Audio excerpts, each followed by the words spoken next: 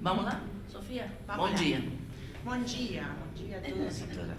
No, bueno, voy a hacer algo muy difícil en estos 15 minutos, que es hablar lento, porque sé que hay gente que habla portugués y los que me conocen, tengo una velocidad de habla, sí, complicada. Bueno,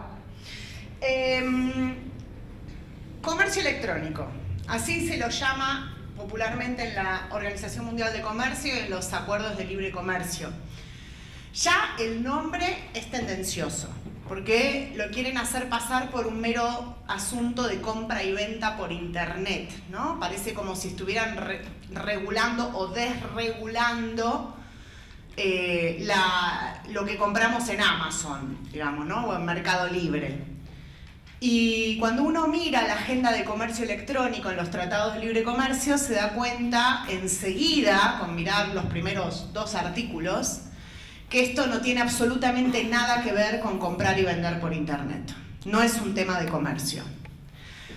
Acá la intención es clara. Lo que se está buscando es, si el capitalismo pasó de ser un capitalismo industrial a un capitalismo más de la energía, un capitalismo más de la información y las finanzas, hoy tenemos un capitalismo digital y lo que se está buscando es desregular ese capitalismo digital en favor del más poderoso.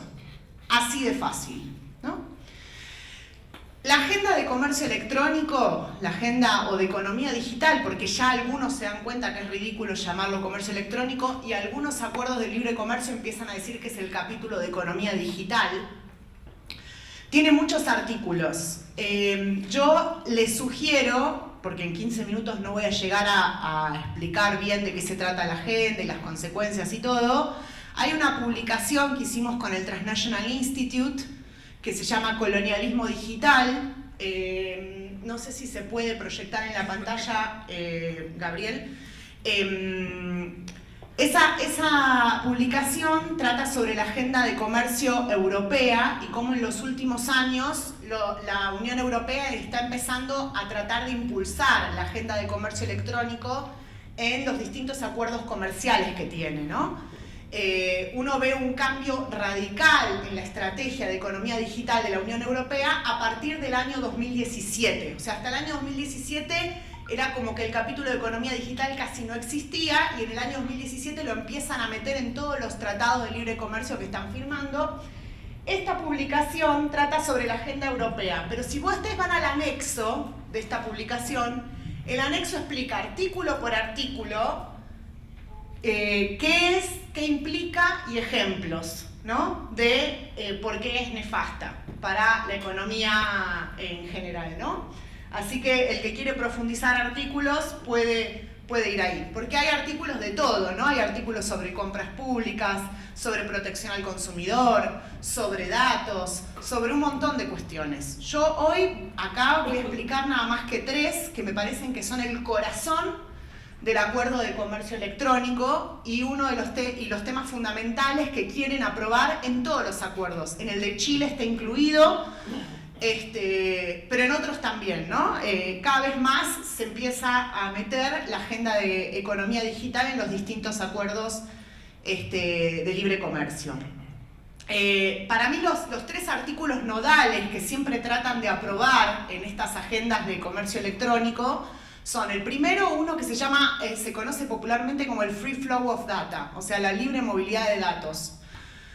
Y usan la palabra libre, ¿no? Para hacer ver como que es correcto, como que los datos se muevan a través de internet y hagan un poco lo que quieren y las empresas puedan movilizarlos. Pero acá lo importante es entender que lo que están tratando de bloquear es el acceso a esos datos. O sea, que las empresas puedan tomar datos nuestros, de nuestras vidas, de nuestros consumos, de nuestras cosas, llevárselos a un servidor en otra latitud, ponerlo ahí y que nunca más ninguna comunidad o Estado tenga acceso a los mismos. Yo veo que muchas organizaciones civiles se preocupan mucho por el tema de la privacidad y la realidad es que las empresas son las primeras que están preocupadas por la privacidad. ¿Por qué? Porque lo que no quieren es que los Estados se entrometan en su privacidad, o sea, en la privacidad de las empresas, de poder manejar los datos como ellos quieren y que los Estados no se entrometan. Y esto es fundamental porque los datos, si nos ponemos a pensar como los bienes económicos, un bien rival es aquel bien que si yo lo consumo, Geishi no lo puede consumir. Entonces, por ejemplo, si yo uso esta virome, Geishi no la puede usar al mismo tiempo que yo. Ahora, si pensamos bienes no rivales, si pensamos en bienes no rivales, como por ejemplo la seguridad, la educación, ¿no? Si yo estoy dando una clase, que una persona esté tomando esa clase no significa que otra persona también la pueda estar tomando en ese momento, o el transporte público, ¿no? Generalmente los bienes no rivales son servicios públicos. Y los datos son bienes no rivales. Una misma base de datos puede ser utilizada por distintas organizaciones al mismo tiempo sin ningún tipo de inconveniente, ¿no es cierto? Con lo cual tienen un carácter de servicio público los datos. Yo siempre digo, ¿cuánto valen los datos para un Estado para diseñar políticas públicas o para diseñar programas o para investigación académica? ¿Cuánto podría valer? Vivimos en un mundo de Big Data pero sin datos, esa es la realidad. Entonces las empresas saben esto, saben claramente que esto es así y que los datos, si son compartidos, nos vamos a beneficiar todos como sociedad y por ende buscan el principio de la libre movilidad de datos claramente como un objetivo primordial para generar el monopolio de la información. O sea, estos datos son míos, no los comparto con nadie y esta información es mía y me da el monopolio y me da el poder, ¿no? Entonces, este es el principio fundamental. Ayer justo estaban discutiendo en Argentina la ley de protección de datos personales en la República Argentina y una colega mía que estaba sentada ahí me dice, estoy al lado de la chica de Facebook y la chica de Facebook me dice, lo único que no estamos dispuestos a apoyar es que Argentina ponga restricción en la localización de datos. O sea, es lo que quieren, es lo que están buscando, es el objetivo y lo están tratando de impulsar a través de acuerdos de libre comercio porque saben que esto es legislación supranacional y va contra cualquier normativa que puedan imponer los estados para poder compartir un nuevo servicio público, un nuevo bien común que son los datos. El segundo ítem, que para mí es el otro corazón del acuerdo, es la moratoria. La moratoria se le conoce vulgarmente así, pero básicamente es, si el dato es un bien en la economía, yo le puedo cobrar aranceles y retenciones, ¿no? Por la entrada y salida de datos a un país. Bueno, eso no se puede hacer porque existe una moratoria desde el año 1998 en la OMC que dice que no se le puede cobrar impuestos arancelarios a las transmisiones electrónicas. Esta moratoria se pone en juego cada reunión ministerial de la Organización Mundial de Comercio y siempre se aprueba casi de forma automática. En la última ministerial, en junio de este año, es la primera vez que vi a los países en vías de desarrollo decir, che, me parece que acá nos están cagando, ¿no? O sea, esto habría que reverlo y no aprobarlo de forma automática. Entonces, ¿qué están tratando de hacer? A través de los acuerdos de libre comercio, decir que está prohibido cobrar impuestos arancelarios a las transmisiones electrónicas, ¿no? Entonces, volver la moratoria de forma permanente a través de acuerdos bilaterales, ¿no? O sea, yo empiezo a firmar con vos y logro que no existan aranceles y retenciones a las transmisiones electrónicas. Entonces, una materia prima que se toma de forma completamente extractivista y que sirve para darle combustible a la economía digital, básicamente va a pasar a ser dominio de las empresas privadas y no se le va a poder cobrar aranceles y retenciones, por ende, absolutamente de ese extractivismo no queda nada para los pueblos, nada, ningún recurso. Y el tercer punto, que para mí es el corazón de esta agenda digital, es la no divulgación de los algoritmos. Ustedes saben que todo lo que nosotros hacemos en estos telefonitos está regulado por algoritmos, que son sistemas de programación, que no son neutrales y que los deciden las empresas, cuál es el orden y cómo se manejan. En muchos estados ya se empezó a ver que esto es un problema, porque no puedo controlar si los algoritmos van en contra de las leyes de la competencia, de las leyes laborales, de las leyes medioambientales, etcétera, etcétera, etcétera. Entonces, en muchos casos los estados están queriendo empezar a auditar estos algoritmos. De hecho, la Unión Europea ha hecho una muy buena ley para regular la inteligencia artificial, donde se catalogan de más peligrosos a menos peligrosos los algoritmos y en base a eso se auditan por una autoridad europea. Bueno, lo que se está tratando de aprobar en la agenda de comercio electrónico es que los estados no puedan auditarlo, porque es un secreto comercial, dicen, ¿no? Es como la fórmula de la Coca-Cola, por decirlo de alguna manera. Entonces, no podemos auditar. Los estados pierden la capacidad de auditar y por ende no sabemos si hay discriminación, si se cumplen las leyes, si no están generando prácticas monopólicas, no tenemos forma de tener acceso a ese código. Obviamente siempre hay excusas y hay excepciones, pero todos sabemos que los acuerdos de libre comercio, recurrir a una excepción es prácticamente imposible, ¿no? Es muy difícil lograr que un país en vías de desarrollo le den la potestad de poder ver o verificar en base a una excepción si algo está funcionando mal, ¿no? Generalmente esos son derechos de los países desarrollados, no de los países en vías de desarrollo, que suelen tener más problemas para ejercer ese tipo de cláusulas. Después hay otras regulaciones en términos de protección al consumidor, responsabilidad de los intermediarios, hay un montón de temas, pero me parece importante destacar esto para que se entienda hacia dónde va la agenda de economía digital, hacia dónde está yendo y cómo está tratando de desregular un mercado que hoy por hoy está controlando todo el sistema productivo a nivel mundial, ¿no? O sea, porque hoy los algoritmos están decidiendo sobre oferta y demanda, producción y trabajo. O sea, están decidiendo básicamente sobre toda la economía, sobre cómo nos informamos y por ende también sobre nuestras democracias. Con lo cual acá en esta agenda se nos está poniendo en juego un poco la vida, la sociedad misma y cómo funciona la sociedad y cómo se informa la sociedad y de qué manera vamos a vivir en el tejido urbano de acá a los próximos años, ¿no? A las próximas décadas. La agenda de comercio electrónico se negocia hoy día en la Organización Mundial de Comercio y una de las principales excusas que se utiliza para impulsar esta agenda es que va a favorecer a las pymes que van a poder vender online, a las mujeres de países subdesarrollados que van a poder hacer sus tejidos artesanales y venderlos al primer mundo en dólares, ¿no? Se usa todo este discurso y se ponen paneles enteros con ejemplos, ¿no? Miren esta mujer africana que logró montar una pyme y vender, ¿no? Para impulsar esta agenda de una manera cada vez más despiadada, sin tener ningún tipo de estudio de impacto y sin analizar cuáles son realmente las consecuencias en un sistema capitalista que es cada vez más digital, ¿no? Cada vez más virtual y que se mueve cada vez más a través de sistemas automatizados. No me voy a explayar más, pero quería dejarles esto para que ustedes de alguna manera tengan una aproximación a esta nueva agenda que se está negociando de forma plurilateral, pero que cada vez está más presente en muchos acuerdos de libre comercio que nuestros países están firmando.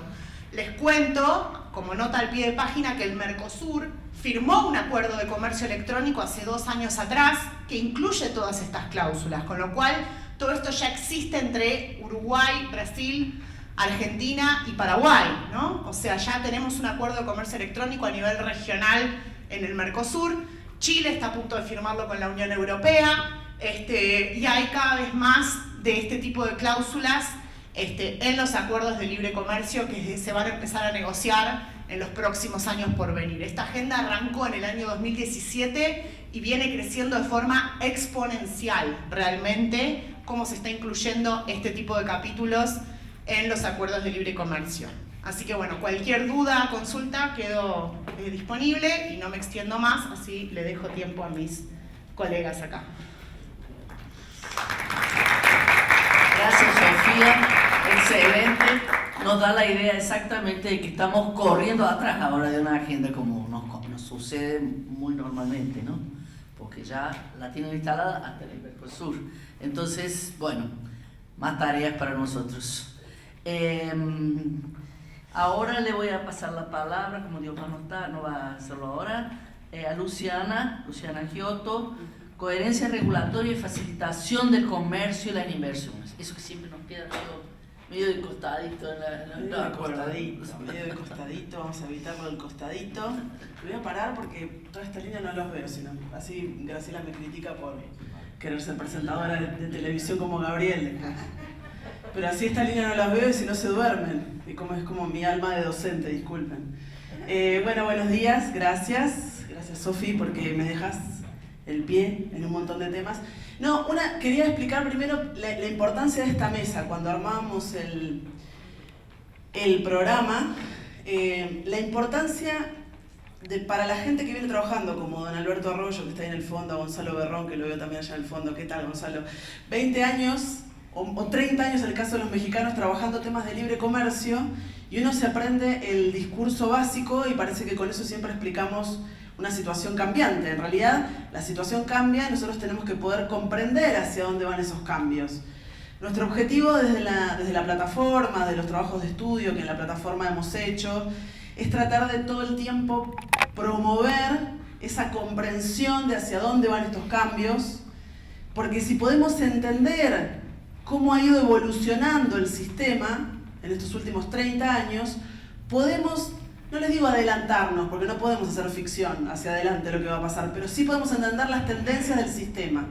Si entendemos las tendencias del sistema, se hace más fácil elaborar los diagnósticos que hablábamos ayer y sobre eso tejer estrategias. Si no, no sabemos ni hacia dónde está yendo nada. Y tenemos muchos elementos que nos muestran los cambios, y todo lo que acaba de comentar Sofía es clarísimo en ese sentido, los cambios en algunas de las agendas hacia dónde está yendo el sistema, y podemos entender esas líneas. Es interesante porque esta mesa, Diosmar va a hablar a la tarde finalmente, tenía otra actividad justo ahora, pero es una mesa para hablar sobre las nuevas tendencias de los tratados de libre comercio, y si se fijan, y lo van a escuchar a Pedro, que probablemente la mayoría aquí ya lo conoce, ninguno está hablando de comercio. No estamos hablando de comercio, no estamos hablando de importaciones y exportaciones, estamos hablando de los temas asociados al comercio, lo que hace mucho tiempo se llamó los nuevos temas comerciales, o la agenda no comercial, o los temas asociados al comercio, o los temas más allá de las fronteras en los estados, que son los temas regulatorios. Los temas regulatorios. ¿Qué significa esto? Las reglas. Entonces, una vez Alberto Arroyo en una actividad, yo voy citando porque me gusta apropiarme de las frases, pero digo quién las dijo. Alberto Arroyo en una actividad en México dijo hace unos años, estamos hablando de las reglas acerca de aquello que no debe ser reglado. Mire qué complicado. Reglas, estamos hablando de regulaciones, de las disposiciones que tienen que ver con la capacidad de los estados de actuar. O sea, primer punto, ¿por qué es importante hablar de estos temas? Primero, porque estamos hablando de los temas que en todo caso lo que están haciendo es cercar o acotar o poner un candado sobre la capacidad regulatoria de los estados. Qué interesante, ¿no? Porque esta actividad la estamos desarrollando con la Internacional de Servicios Públicos, junto con CLATE, los trabajadores del sector estatal, del sector público en diferentes áreas, y estamos hablando ahora de los temas que tienen que ver con poner un coto, poner un freno, poner un límite a la acción regulatoria del Estado, que tiene que ver con los derechos fundamentales de acceso al agua, a la educación, a la salud, u otros temas, ¿no? Acá apareció Sofía, nos trajo el tema de los temas digitales, ¿no? La economía digital, ella ayer hablaba del extractivismo digital, también es una nueva área de exploración del capital, ¿no? Y ahí se meten y ahí aparece, ¿dónde aparece este tema? En los tratados de libre comercio. Entonces lo que vemos es que esa agenda que se está discutiendo y va avanzando y va evolucionando con los años, va evolucionando a medida que evolucionan las necesidades del capital en esta lucha capital-trabajo. A medida que evolucionan esas necesidades del capital, se hacen más complejas, no resuelven las crisis internacionales, los tratados también se han vuelto más complejos. No es el mismo tratado, y ayer nos lo explicó con claridad Alberto Arroyo también, para cuando vemos la comparación del NAFTA con el TEMEC, 20 años después, no es el mismo tratado. Y esto no es un tema de abogados. Esto lo ven los abogados, es re aburrido, ya dijimos, esto es re aburrido. No, no es un tema de abogados, es un tema que tiene implicancias políticas concretas. Porque vuelvo, el punto central es que es poner reglas a todo aquello que no puede ser regulado. Todo aquello donde el Estado ya se corre y actúa el sector privado.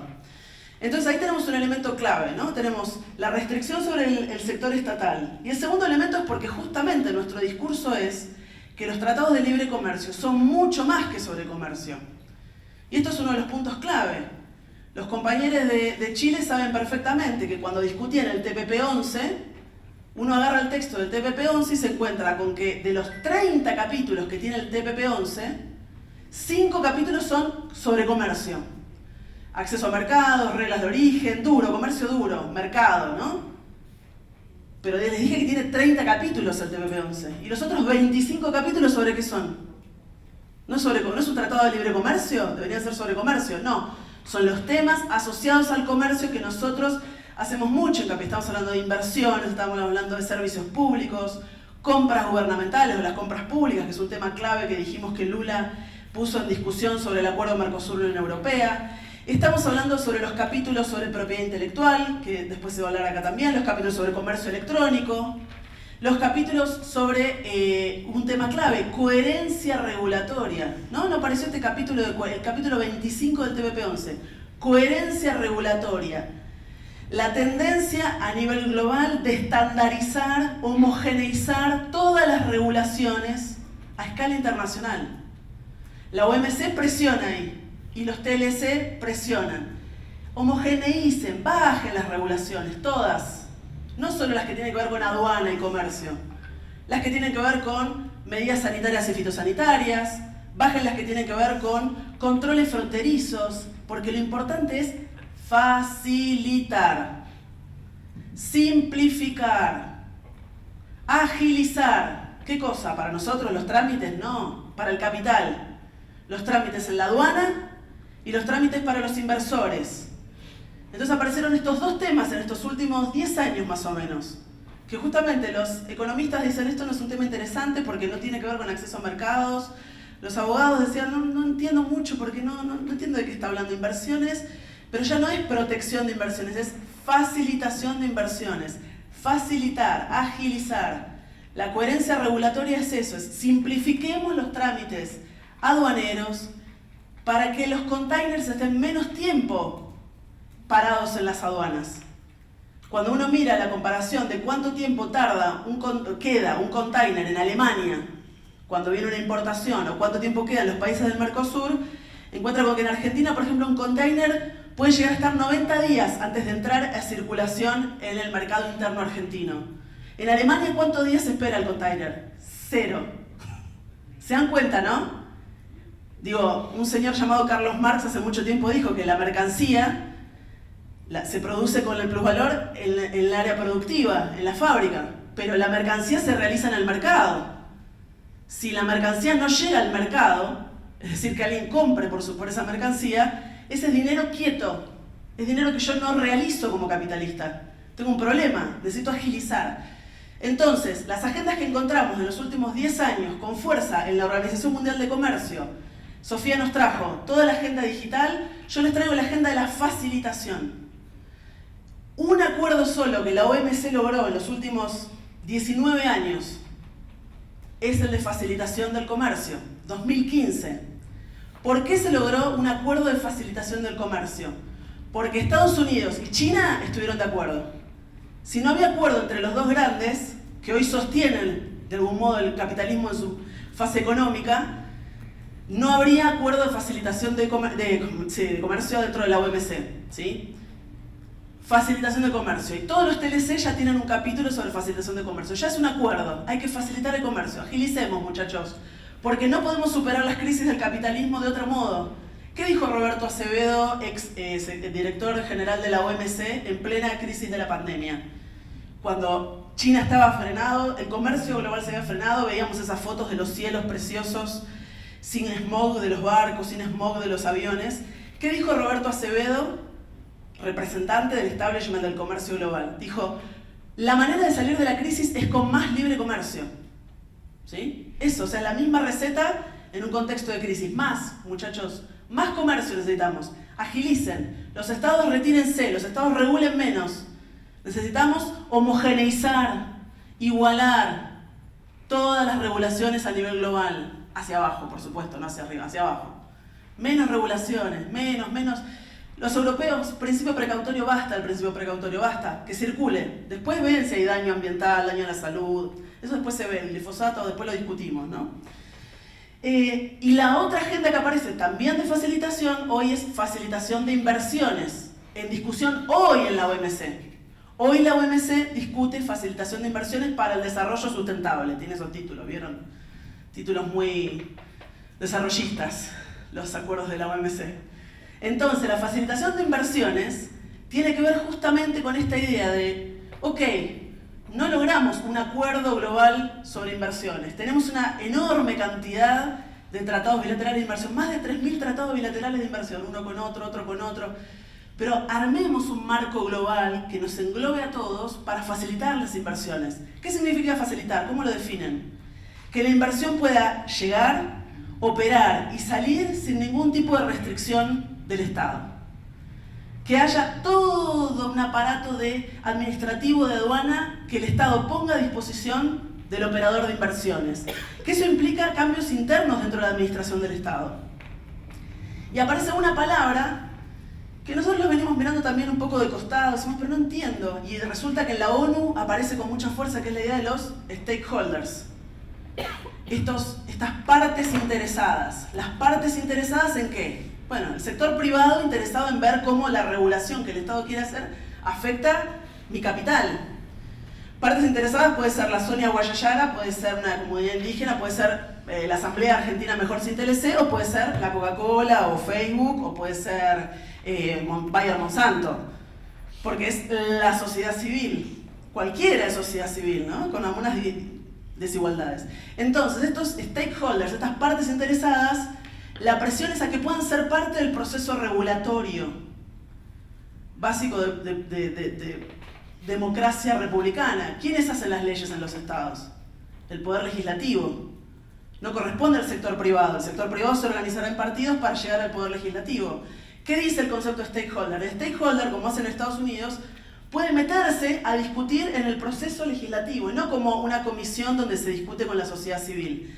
Tienen derecho a participar directamente en el proceso legislativo. O sea, imagínense en nuestros países como Argentina, Brasil, varios que están acá puestos, Costa Rica, imagínense si se puede sentar el Barceló a discutir las leyes sobre turismo en los países del Caribe, pero a discutir de igual a igual, ya ni siquiera es en el Green Room, sino es de igual a igual, en el proceso, aceptado en el proceso regulatorio. Esa es la tendencia que estamos viendo. Entonces, para ir cerrando, ¿dónde vamos a terminar viendo? Facilitación de comercio, facilitación de inversiones. En una agenda global que hoy China empuja, por ejemplo. China empuja el Belt and Road Initiative, ¿no? Esta idea de la franja y la ruta, la nueva ruta de la seda, como quieran ponerle el nombre. China empuja facilitación. Entonces no es protección de inversiones, no tiene arbitraje. Todo lo que hablamos ayer a la tarde, esta agenda no la tiene. Esto es muy problemático, dicen los chinos, ¿no? Enrique Daza preguntaba cuáles son los casos. China no quiere jugar con ese mecanismo, porque es muy occidental, lo han dicho sus propios abogados. Es muy occidental, no lo entendemos, es lento, el sistema IS-10. Entonces empezaron a crear sus propios tribunales internos en China. Y si ustedes se fijan, los acuerdos, los contratos que se firman de China con los países en América Latina, en el marco de la iniciativa de la Franja y la Ruta, tienen este tipo de cláusulas de facilitación de inversiones. Y va a tener, que es lo que se está empezando a ver, que probablemente este tipo de disputas que surjan con inversores chinos, probablemente vas a tener que ir a las cortes chinas a discutir cómo resolver esas disputas. O sea, esta es la tendencia que se está viendo, ¿no? Es la creación de un propio sistema jurídico chino que va a disputar con el mecanismo de solución de controversias occidental en el marco de esta facilitación, pero siempre, ¿no? Entonces la idea es, para cerrar ahora sí, que nos quedemos con la idea de que estos temas en los tratados, que han ido evolucionando, que son temas nuevos, pero que en realidad siempre por detrás está la agenda del capital, nosotros tenemos que poder conocerlos para comprender que por más de que parecen, a veces se presentan como temas inocuos, temas que no tiene SIAD, y no tiene SIAD y no es tan importante, es facilitación. ¿Qué problema hay con la facilitación? En realidad es la agenda del capital inserta dentro de estos tratados, y que entonces nuestro rol es, ahí obviamente, tratar de entenderlo y tratar de explicar las implicancias que esto tiene en materia de soberanía, de política pública, de regulación concreta en defensa de los derechos laborales, de los derechos humanos, derechos básicos, derechos ambientales, ¿no? Entonces, esa es una agenda que entonces también invitamos a ir mirando y a ir compartiendo nuevas informaciones. Gracias. Muchas gracias, Luciana. Las mujeres están cumpliendo el tiempo estrictamente, no tengo ni que hacer así, nada, maravillosas. Pedro, recado para você. Mas eu queria solo comentar que Me hizo acordar Luciana con este tema que antiguamente se llamaban los temas de Singapur, y se olvidó de esto, ¿no? Y ya fueron ampliando, y había un acuerdo que no, estos temas no entran, estos temas no... Y fueron entrándole por la ventana, y eso era un montón, porque estaban inversiones, facilitación de comercio, pero digamos, le fueron metiendo una cantidad, y entonces, digamos, y además me dio un poco de risa, no podía perder la piada, la broma, lo bien que nos puede llegar a ir en las cortes chinas de cuando digamos alguna disputa dentro de China. Bueno, en fin, vamos a Pedro.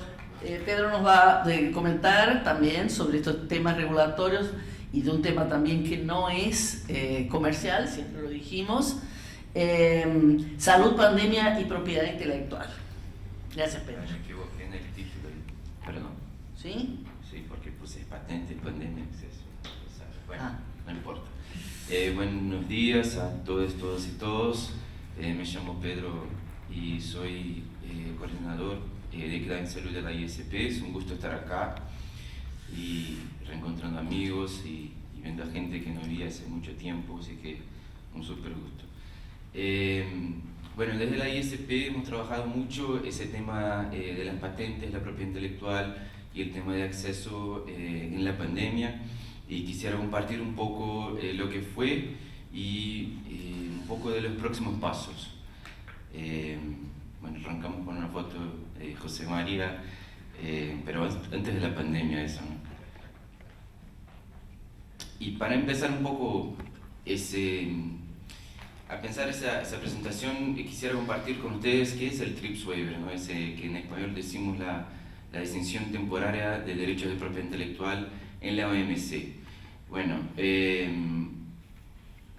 fue una iniciativa multilateral puesta por India y Sudáfrica en la Organización Mundial del Comercio, justamente entendiendo las tragedias que habían pasado en el acceso a medicamentos en otras emergencias sanitarias, el VIH, la hepatitis C, Ebola, y las evidencias que las reglas de comercio, ahora aprendo acá que las reglas que no son de temas relacionados al comercio, ¿no?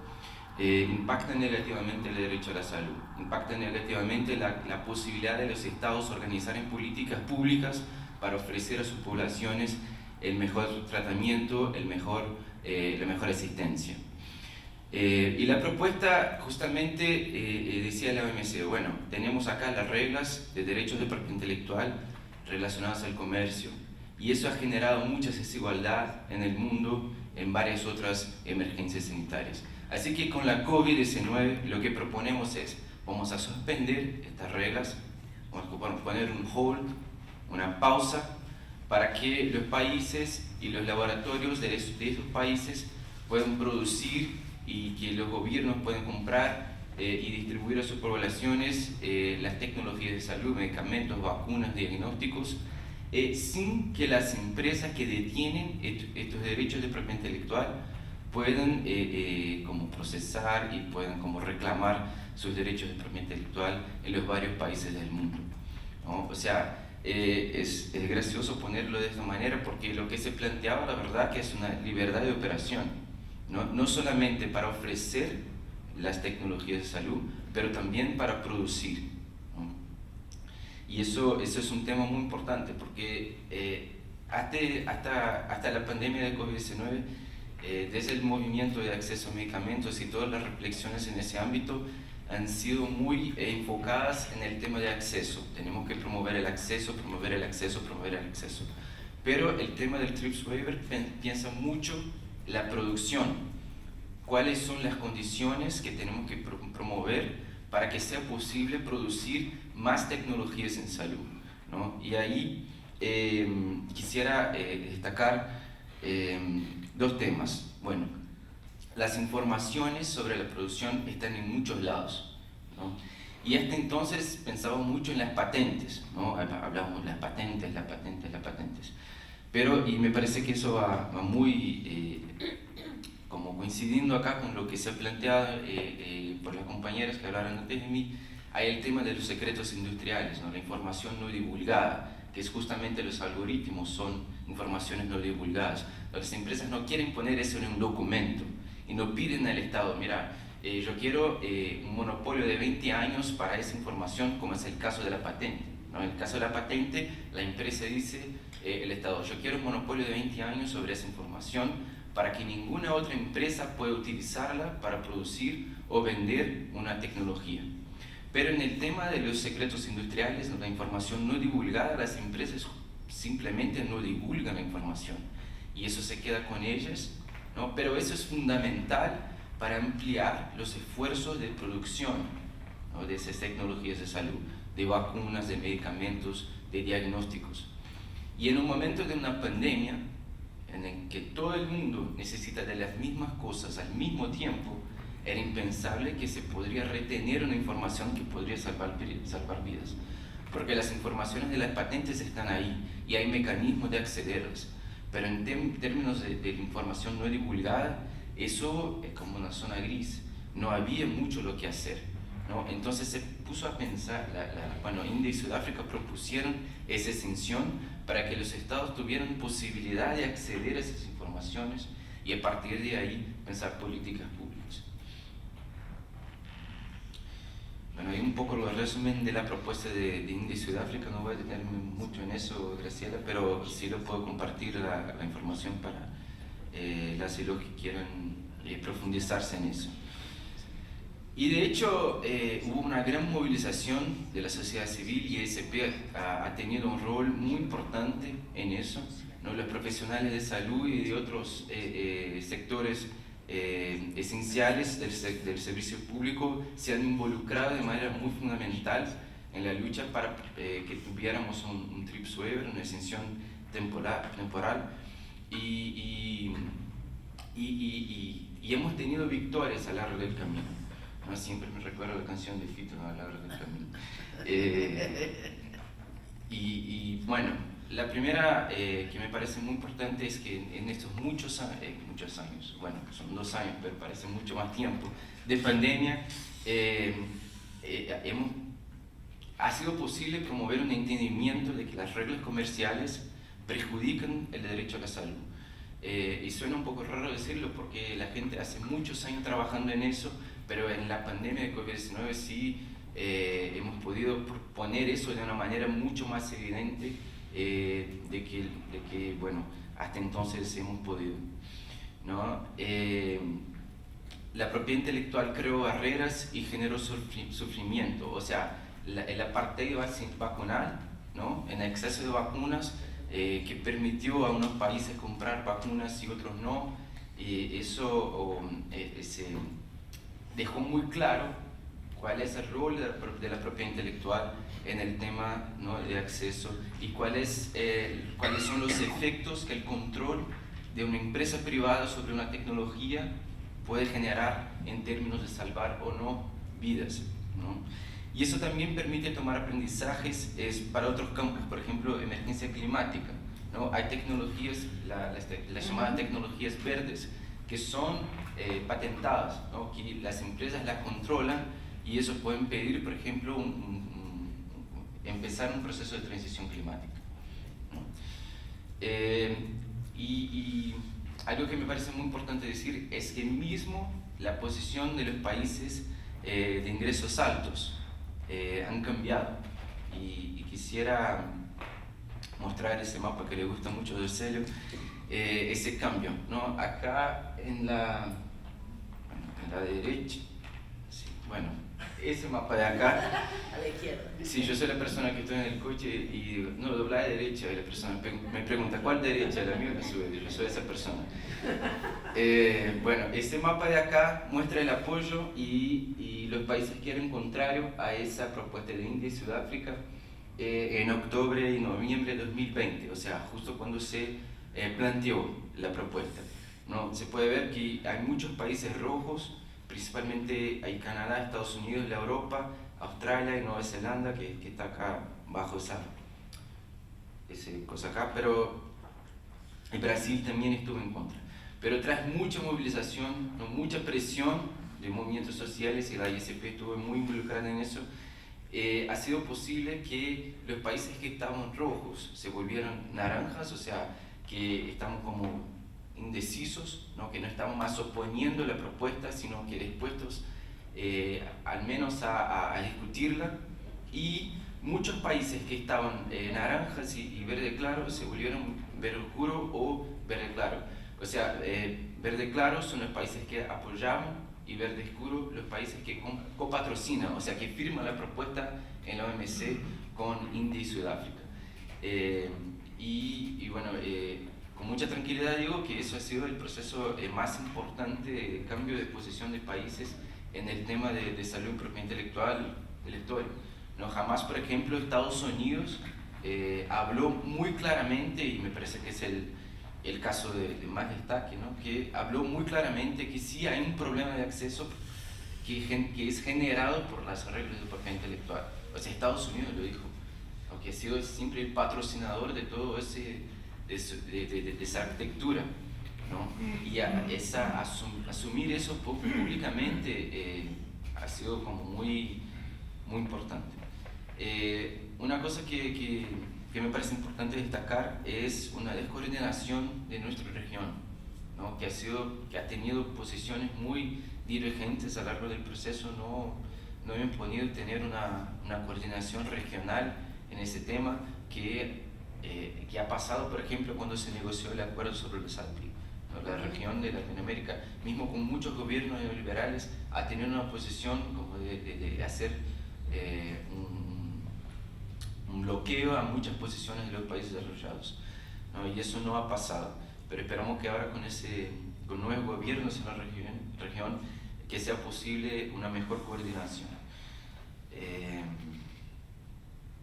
Y eso puso la Big Pharma, ¿no? Las compañías farmacéuticas bajo mucha presión, ¿no? Por ejemplo, quisiera compartir esa movilización que la ISP hizo en Davos, en el Foro Económico Mundial, que es el enfermero de Liberia, Paul George, que se fue solo, ¿no? a enfrentar los grandes CEOs de las farmacéuticas, y tenía ese señal diciendo como palmas para las farmacéuticas por los lucros astronómicos que han tenido mientras la gente moría, ¿no? Estuvo solo ahí y la gente, claro, lo quiso sacar y lo poner en la calle, y con mucho coraje se quedó. Ha sido posible que tuvimos una voz sindical unificada, ¿no? La declaración del Council of Global Unions apoyando el texto del waiver, ¿no? Y tuvimos también la propia Big Pharma, las propias compañías farmacéuticas tratando de hacer compromisos, aunque fueran limitados o mentirosos, que no cambiaran la actual realidad de las cosas, ¿no? Pero como moviéndose para al menos parecer que estaban haciendo algo que no fuera a matar a la gente.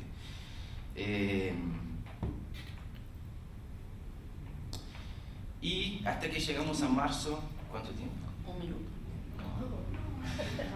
Bueno, entonces seguí, dale. Bueno, tengo como 10 diapositivas me más. Me encanta escucharlo así, ¿no? No, voy rápido.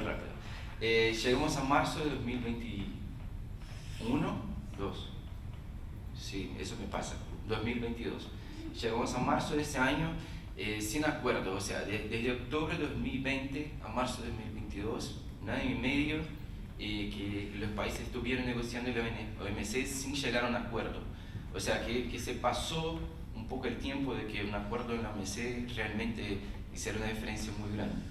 Y ahí la directora general filtra a la prensa un texto que lo llamó de un acuerdo entre el Quad, o sea, India, Sudáfrica, Estados Unidos y Unión Europea, que fue un grupo que ella misma armó para que las negociaciones avanzaran. Filtró como si fuera un acuerdo de ese grupo, pero de hecho no era. Era un texto que reflejaba solo las posiciones de Unión Europea y Estados Unidos. O sea, que puso a India y Sudáfrica en una posición de desmentir la directora general. Y eso fue lo que pasó. O sea, por eso pongo esa reflexión, porque el objetivo del acuerdo que se firmó en la OMC era salvar vidas o salvar la OMC, ¿no?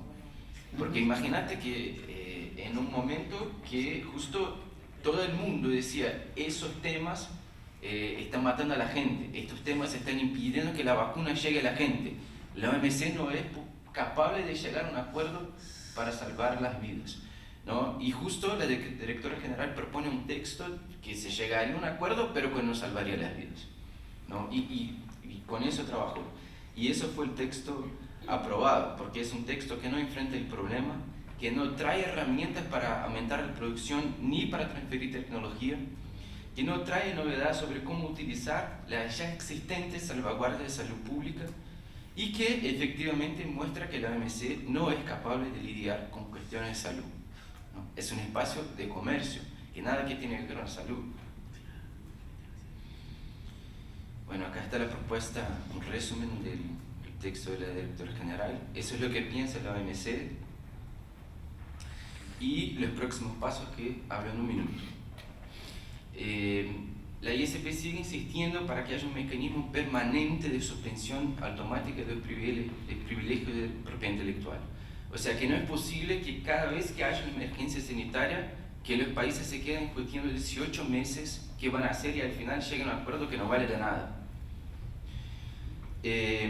Por eso también estamos poniendo fuerza en el proceso del G20 para expandir la capacidad de producción de los países del sur, ¿no? Y también promover el uso de licencias obligatorias, o sea, las salvaguardas ya existentes en nuestros países, que puede decir expandir la producción y el exceso.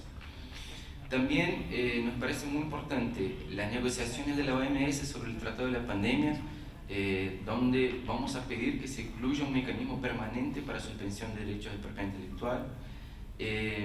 También trabajar la producción, la capacidad de producción que ya existe en América Latina, que fue muy poco utilizada, y bueno, promover el uso de licencias obligatorias y uso gubernamental a nivel nacional. Gracias.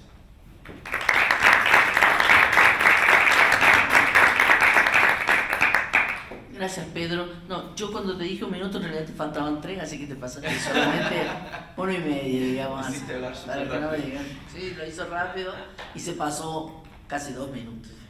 Muy bien, ¿no? Estoy aquí. ¿Eh? Sí, jamás me ha pasado eso con Graciela. Me mandaron a hacer aquí este papelito.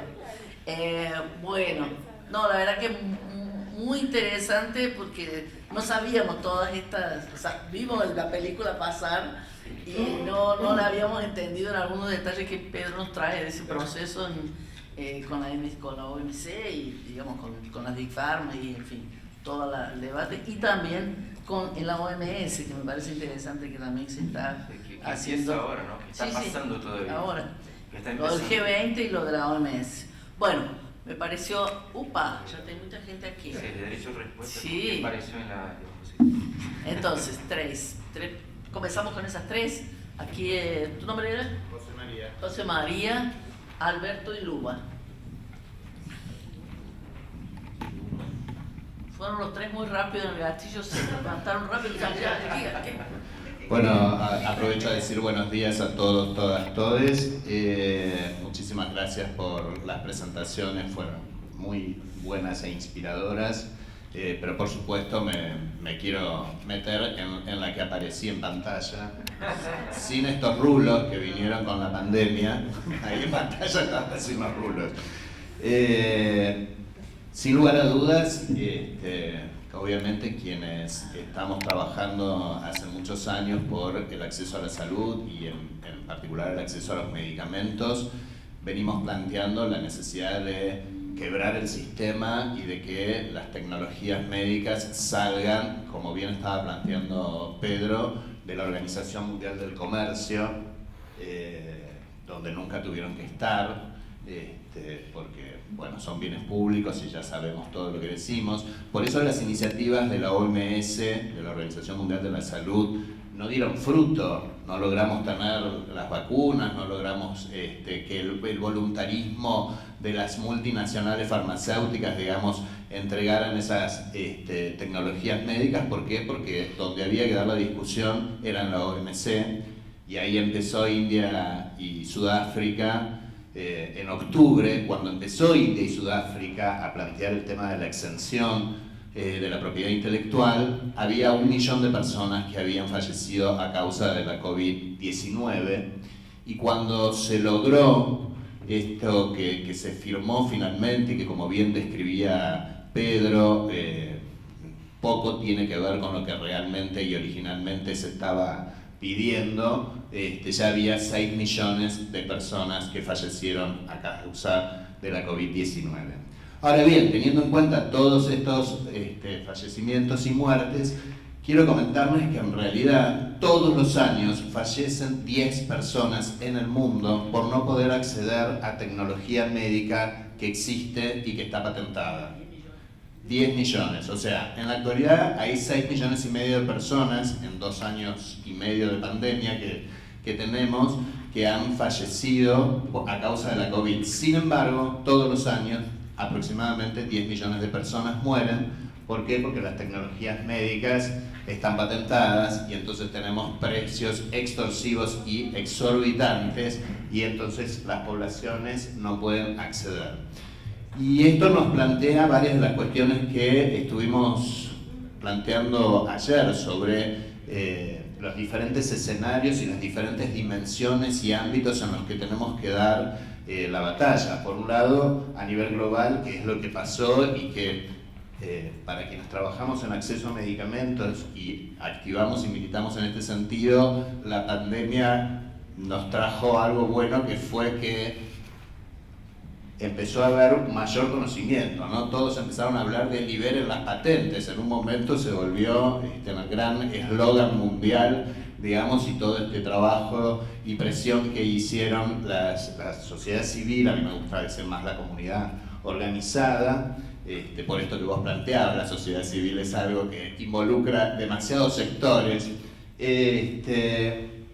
y eso está muy bueno porque permitió por primera vez, después de 25 años de la Ronda de Uruguay y demás, que hubiera una primera vez que hubiera una coincidencia, ese mapa que planteó Pedro, digamos, donde, bueno, sí, el sistema está fracasando. Ese invento que nos hicieron en la avanzada neoliberal de los años 90, de que investigación y desarrollo iba a ser mucho más potente a partir justamente de este sistema de propiedad intelectual, es una gran mentira, porque no ha sido así, porque el 90% de lo que se patenta en el mundo no son verdadera novedad y no es una verdadera invención, sino que son meros desarrollos incrementales sobre lo ya existente, y no merece patente, sin embargo las consiguen.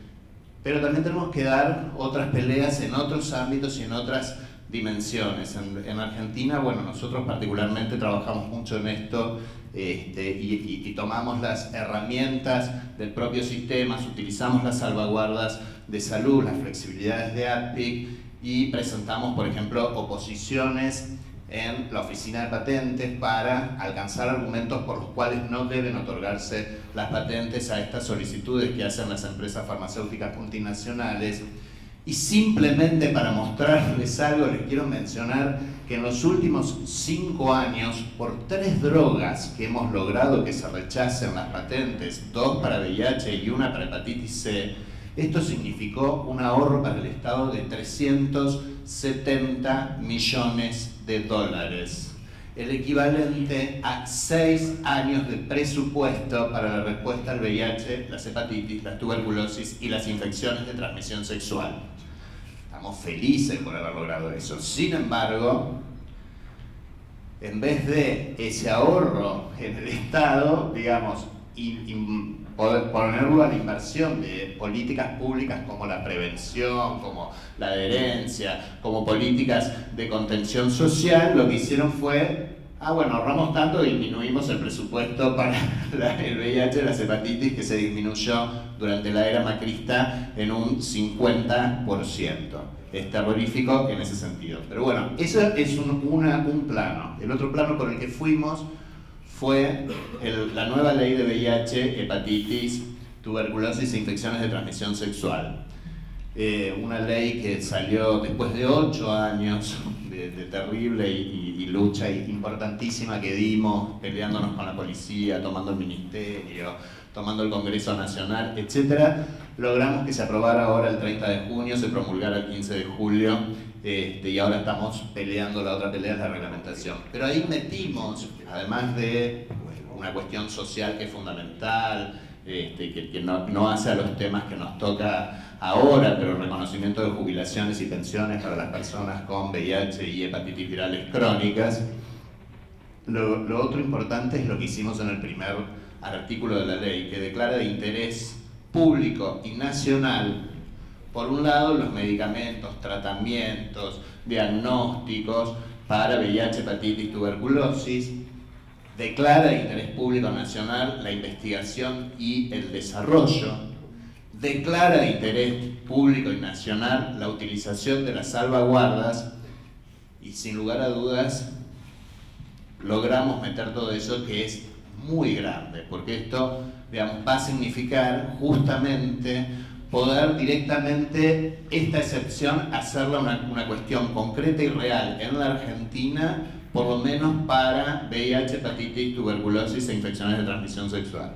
Es decir, ahora el Estado tiene la obligación de invertir en investigación y desarrollo, tiene la obligación de que la producción pública incluya estos medicamentos, y además termino acá, y estos medicamentos son todas las dimensiones que quería tocar, esta es la última, y los medicamentos, al ser de interés público nacional, digamos, ya no necesitamos pasar por toda la situación para poder hacer, por ejemplo, una licencia obligatoria donde debería haber todo un decreto y demás, porque ya la ley directamente lo declara de interés público nacional. Bueno, algunas de las dimensiones me parecía que había que tener.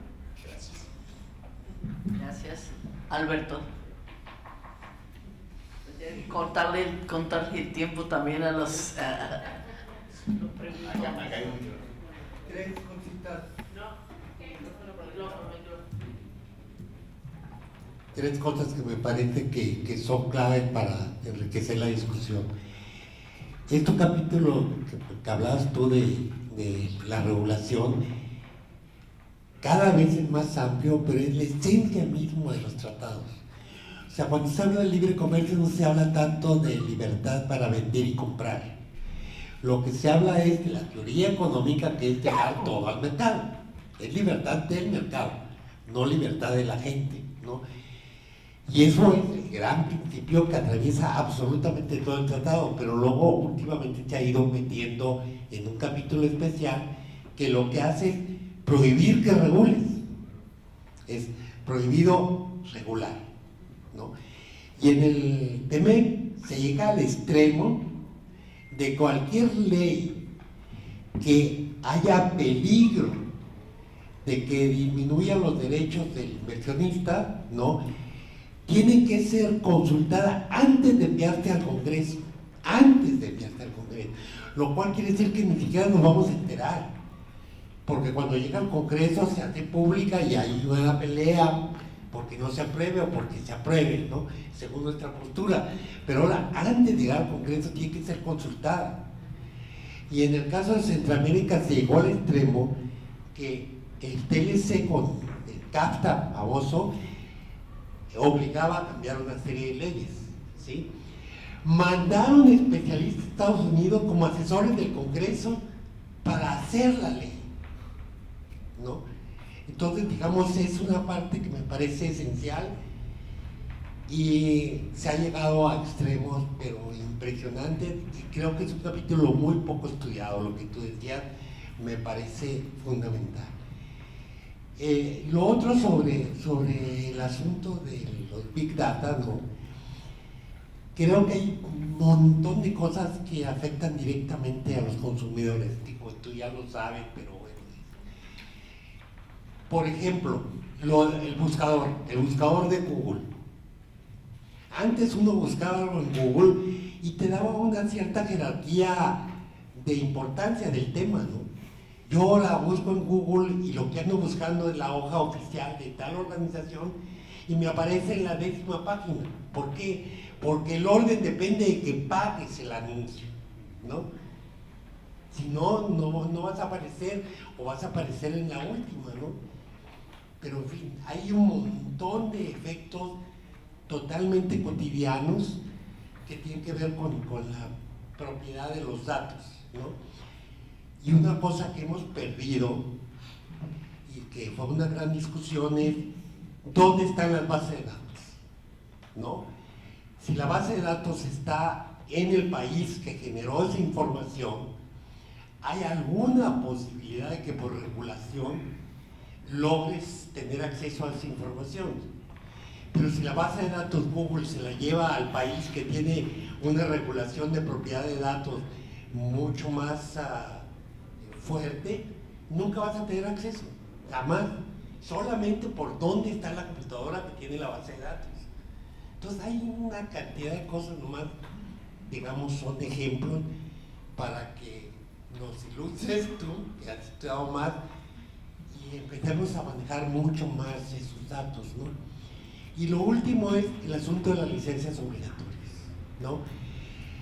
Brasil fue un caso concreto, tenía licencia obligatoria para producir las medicinas contra el SIDA, ¿no? Y lo bloquearon por todos lados. Es de interés público, entonces la patente antes de los TLCs era nadie puede hacer negocio con mi invento, lo cual alguna justificación puede tener, ¿no? Es decir, yo inventé esto y tú lo usas para hacer negocio.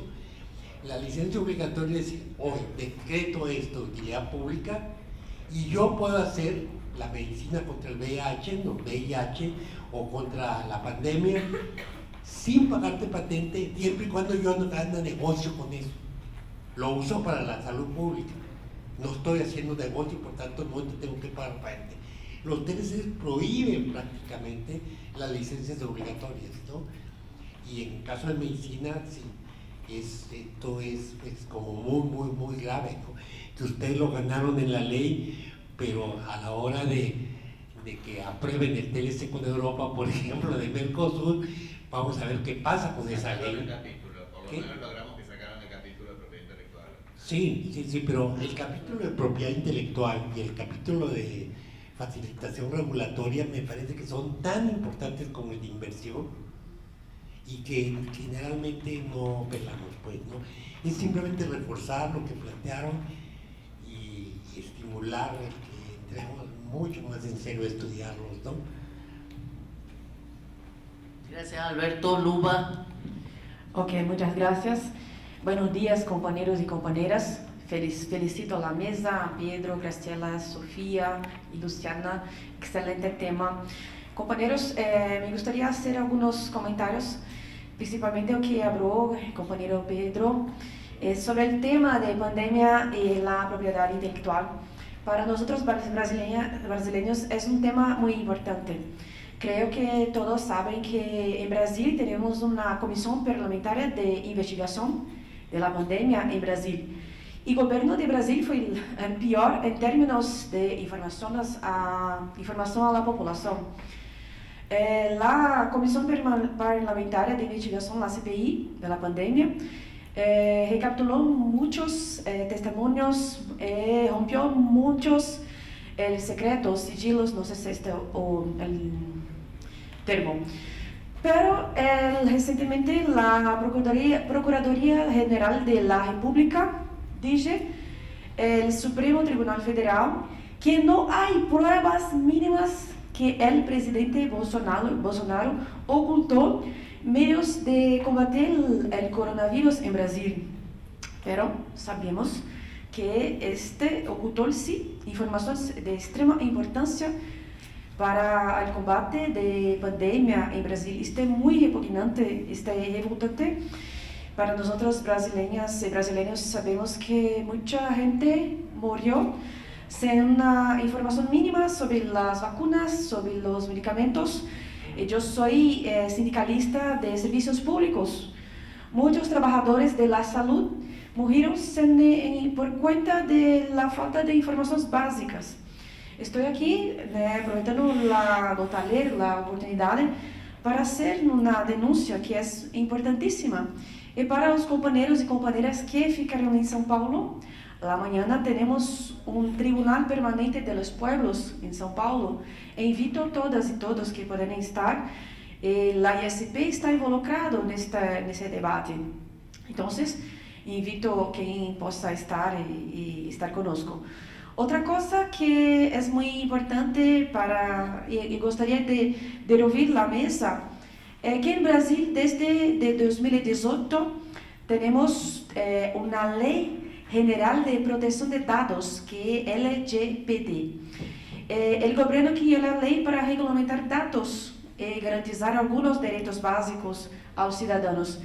Não sei se outros países têm algo para que parece, não sei se Pedro habla um pouco disto, sabe um pouco disto. Um exemplo, eu sou sindicalista para que eu tenha algumas informações de afiliados, tem algumas limitações por conta da lei da LGPD. Quero que hablam se reconhece a importância e se tem alguma informação a mais sobre a LGPD em outros países, algo que se assemelha. Muchas gracias. También no sabía. Bueno. Sí, Sofía. Ya debía haciendo así. Hacemos 3 preguntas, las responden y después seguimos porque si no se nos pasa demasiado. Voy a hacer el orden inverso, les pedirles el orden inverso porque le han preguntado bastante a Pedro. Gracias. Bueno, gracias Chema por súper complementado mi presentación. Quisiera poner 3 puntos. El tema es que para nosotros la ICP un aprendizaje muy importante de la pandemia es la importancia de la producción pública, ¿no? de medicamentos y vacunas. Así que eso estamos empujando mucho justamente para promover un entendimiento de que esos son bienes comunes globales, que no pueden ser privatizados, que no pueden estar en manos del sector privado. Y justamente el compañero José María. Alberto, perdón, habló de las licencias obligatorias de uso gubernamental. Hay procesos que ya están en marcha, por ejemplo en República Dominicana, en Chile, en Perú, para promover el uso gubernamental de tecnologías, especialmente para el Paxlovid, que es un antiviral que ha demostrado eficacia en el tratamiento de la COVID-19.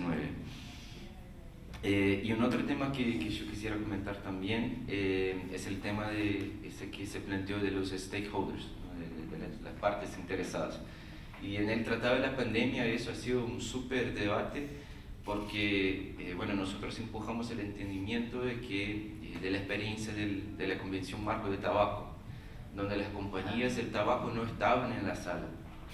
Y solo ha sido posible llegar hasta tan lejos en términos de los compromisos de los estados, en términos de mecanismos de control y evaluación del convenio marco de tabaco, justamente porque no estaban ahí las compañías del tabaco, ¿no? Pero en el tratado de la pandemia ya se está adoptando el entendimiento opuesto, ¿no? Porque si uno mira el borrador del tratado y ahí está, por ejemplo, hay una señal cuando fue un stakeholder que propuso el texto, hay un SH y ahí está, por ejemplo, en varios párrafos está con la participación del sector privado, con la participación del sector privado y entre paréntesis está SH. Bueno, me imagino quién fue ese SH, ¿no? Bueno, no fue la ISP seguro.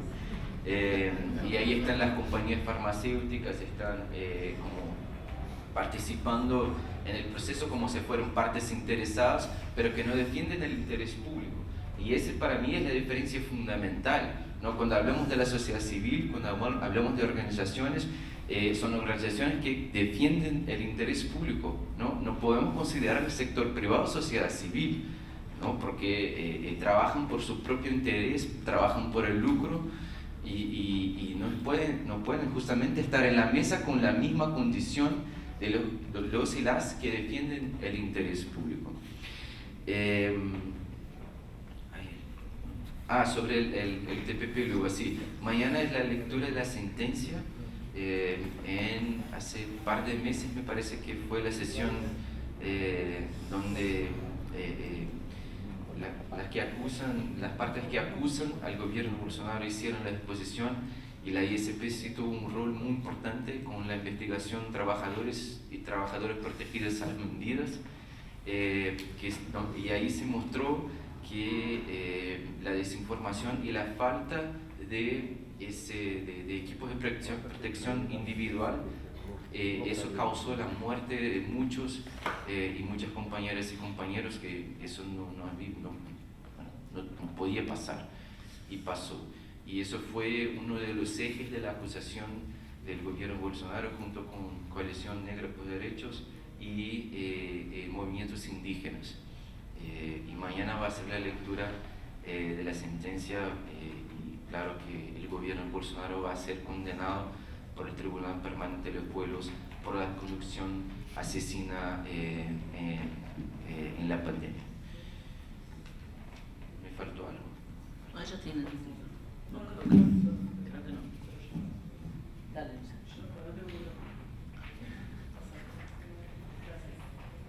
Voy con... No, está apagado. Hola, Lucy.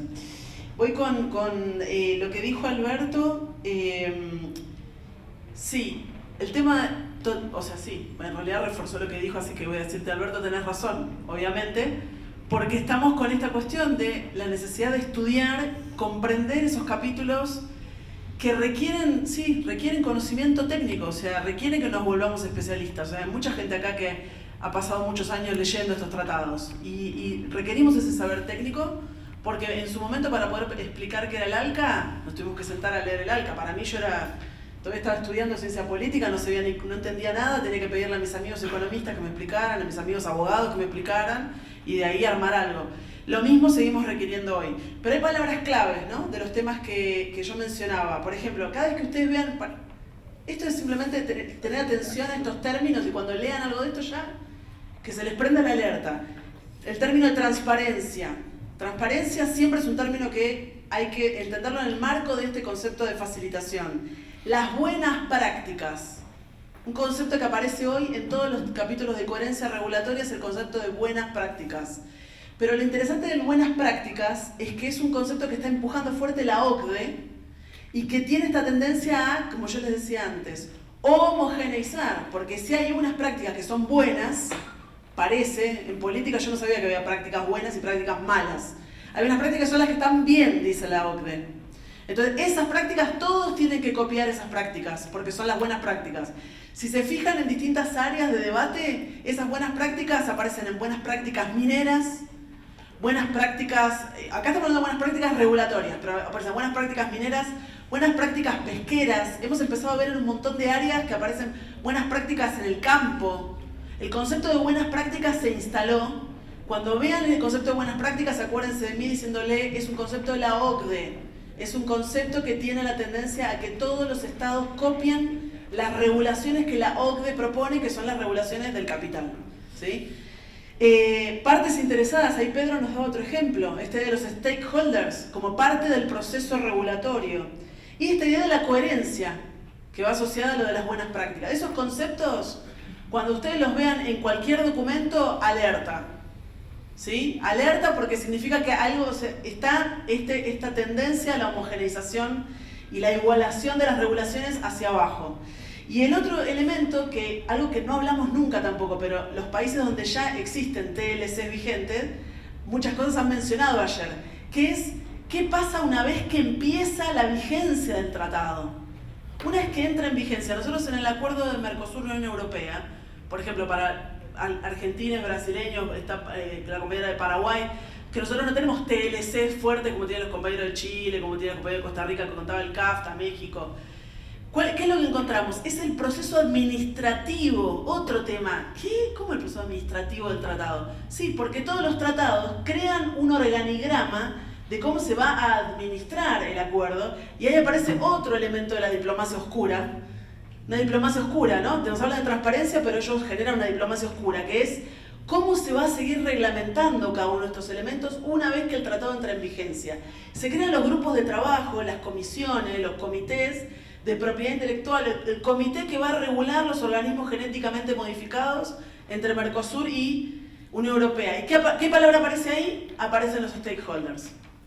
Las partes interesadas van a poder ser parte del debate. Entonces yo me imagino, seguramente van a invitar a mis compañeros de paren de fumigar, ¿no, Vanessa? Seguro, va a estar Carla Pot sentada ahí explicando los efectos del glifosato, pero va a estar sentada, capaz que, si tiene suerte, sentarse ahí, con 70 abogados de Bayer Monsanto, ¿no? Entonces eso es también, ahí es donde se ven los elementos de esa oscuridad, de esa diplomacia, donde el concepto de transparencia es en realidad un no sentido, un oxímoron dentro de un tratado de libre comercio, el concepto de transparencia, ¿no? Así que esos términos para tener en cuenta, como para encender la alerta cuando aparezcan los documentos que leemos. Gracias. Sí, no, Sofía. Bueno, tengo varios temas. Lo primero, no es mi tema, pero quería sumarles un dato con la discusión de patentes de las vacunas del COVID. Tuve, no sé si se puede decir suerte, de estar en la ministerial donde se aprobó el acuerdo, y ahí lo que se decía mucho en Radio Pasillo es: no podemos permitir que se liberen las patentes, porque va a quedar en evidencia todo el desastre que ha causado el acuerdo de propiedad intelectual. O sea, era una decisión política no aprobarlo, porque si se aprobaba, quedaba en evidencia que tenemos que discutir propiedad intelectual desde el principio, digamos. No era solamente liberar las patentes para que llegue la vacuna al COVID. Era, hacemos esto y esto significa, volvamos, entonces, nada. Eso era algo que se escuchaba mucho en los pasillos, ¿no? En Radio Pasillo de la OMC decían: mira, esto no se va a aprobar por este motivo. Claramente, ¿no? Lo decían mucho los negociadores. Pero bueno, sigo con mi tema. Cuando uno piensa en la economía digital y en los cambios en la organización de la producción y el trabajo, a mí me gusta pensarlo mucho en términos industriales. Vos tenés una materia prima, un proceso industrial, si lo pensamos, es materia prima, ingresa a la fábrica, una materia prima heterogénea, desigual, ¿no? Los granos no son todos iguales, no son todos de la misma calidad, etc. Ingresa a la fábrica los procesa, vuelve un producto homogéneo, estandarizado, y sale al mercado de forma masiva, ¿no? Eso podríamos pensar así cualquier producción industrial. Bueno, cuando uno piensa la producción industrial del capital digital, es datos heterogéneos, distintos y demás, ingresan, se procesan a través de algoritmos, se genera información y esa información se vende en el mercado de forma estandarizada, masiva, etc., ¿no? Entonces uno, si lo pasa en un sentido industrial, puede pensarlo de esa manera. Y ahí cuando vos lo pensás de esa manera, decís: claro, es obvio lo que están haciendo. Lo que están haciendo es la materia prima, extractivismo, y la quiero gratis. Y no quiero pagar impuestos por la materia prima. O sea, no quiero dejar nada, ¿no? Me la llevo y acá no queda nada, es tierra arrasada, digamos, ¿no? Cuando vamos al procesamiento, no te quiero contar cómo la procesé. No te quiero decir cómo la hice, porque ahí está mi fórmula de la Coca-Cola. Y ahí es donde yo proceso y transformo eso en información. Y todos los que estamos acá sabemos que la información es poder y es monopolio. Entonces yo no quiero compartir ese monopolio. Yo no quiero compartir lo que me hace fuerte y lo que me hace ser Google, Amazon y las empresas más poderosas del mundo, ¿no? Entonces cuando uno mira el proceso industrial, dice: quieren la chancha a los 20 y la máquina de hacer chorizos, como decimos en Argentina, ¿no? O sea, quieren todo, porque quieren no pagar impuestos, tener la materia prima gratis y no decirnos cómo la procesaron. O sea, todo el proceso industrial para ellos, ¿no? De la economía digital. Y como bien vos decías, muchas veces es oscuro. Bueno, ¿quién está primero? ¿El que pagó publicidad? ¿El que le interesa a Google que esté? ¿El que, no? O sea, empieza todo eso. Entonces, por eso yo digo que está en juego no solamente la organización de la producción y el trabajo, sino también nuestras democracias, el acceso a la información y un montón de temas que son fundamentales para la vida misma. Ya no es solamente, bueno, cómo producimos o cómo compramos y vendemos.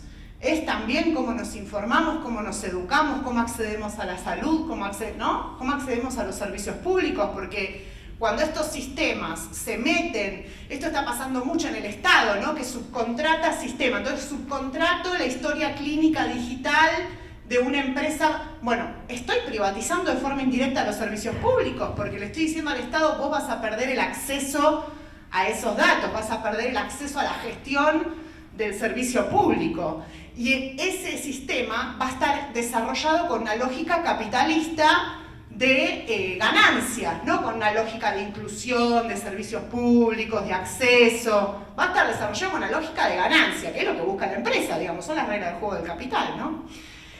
Vos mencionabas muy bien el tema de base de datos. Yo justo ahora estoy preparando un reporte para el TNI donde se explica la vinculación entre las bases de datos y los paraísos fiscales. Cada vez más las empresas buscan alojar sus datos en paraísos fiscales. ¿Y por qué? Bueno, básicamente por el secreto de la información. Por eso yo digo que la privacidad acá no es el problema.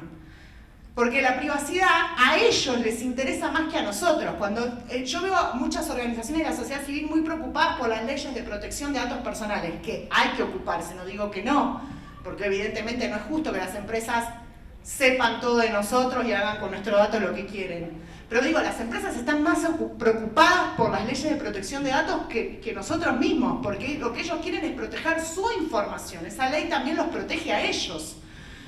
Y entonces en muchos casos alojan sus centros de datos en lugares donde hay leyes de protección de datos y secreto de la información muy fuertes. ¿Para qué? Para que los estados no se metan y no tengan acceso. Entonces el estado pierde la capacidad de desarrollar política pública y demás.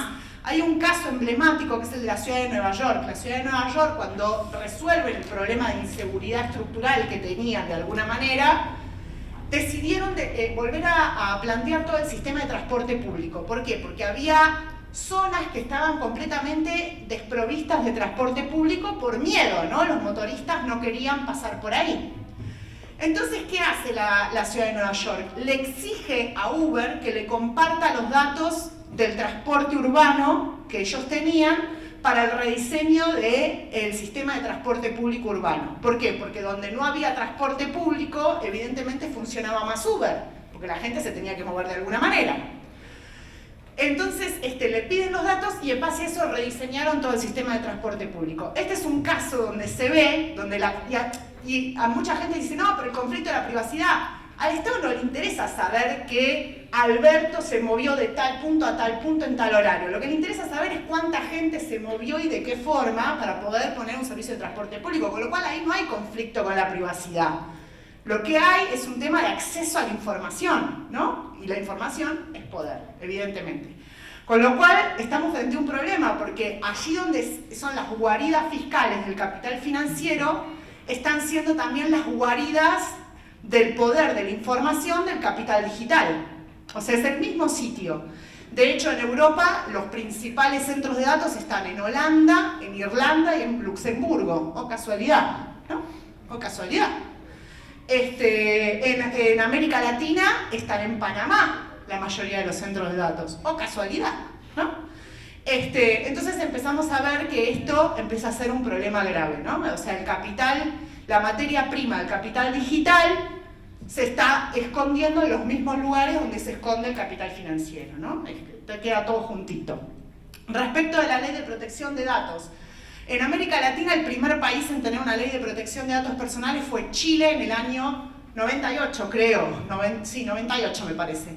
Después siguió Argentina en el año 2000. Las leyes de protección de datos, algunas son muy buenas, la de Argentina por suerte es muy buena, pero ahora la están queriendo reformar. Muchos países quieren tender a la GDPR europea, ¿no? Entonces quieren copiar, hacer copy-pego de la GDPR europea. Y yo muchas veces digo, bueno, no miremos tanto la GDPR europea, tratemos de conseguir lo mejor que podamos nosotros, porque a veces por proyectos demasiado ambiciosos nos quedamos en la nada, ¿no?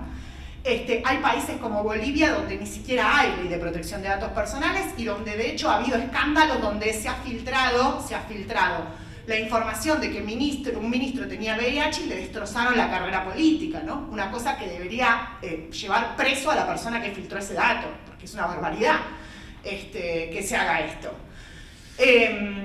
Entonces, las leyes son muy disímiles, cambian mucho.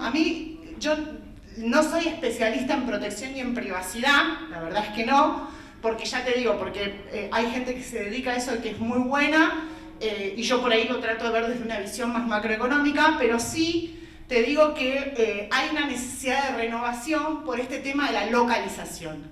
Y ahí es donde vemos esta anécdota que yo contaba ayer, que me manda una colega que estaba sentada en la discusión de la Ley de Protección de Datos de Argentina, me dice, estoy al lado de la chica de Facebook, y me dijo, lo único que no estamos dispuestos a negociar es localización. Y ahí donde te das cuenta que ese es el corazón, eso es lo que quieren.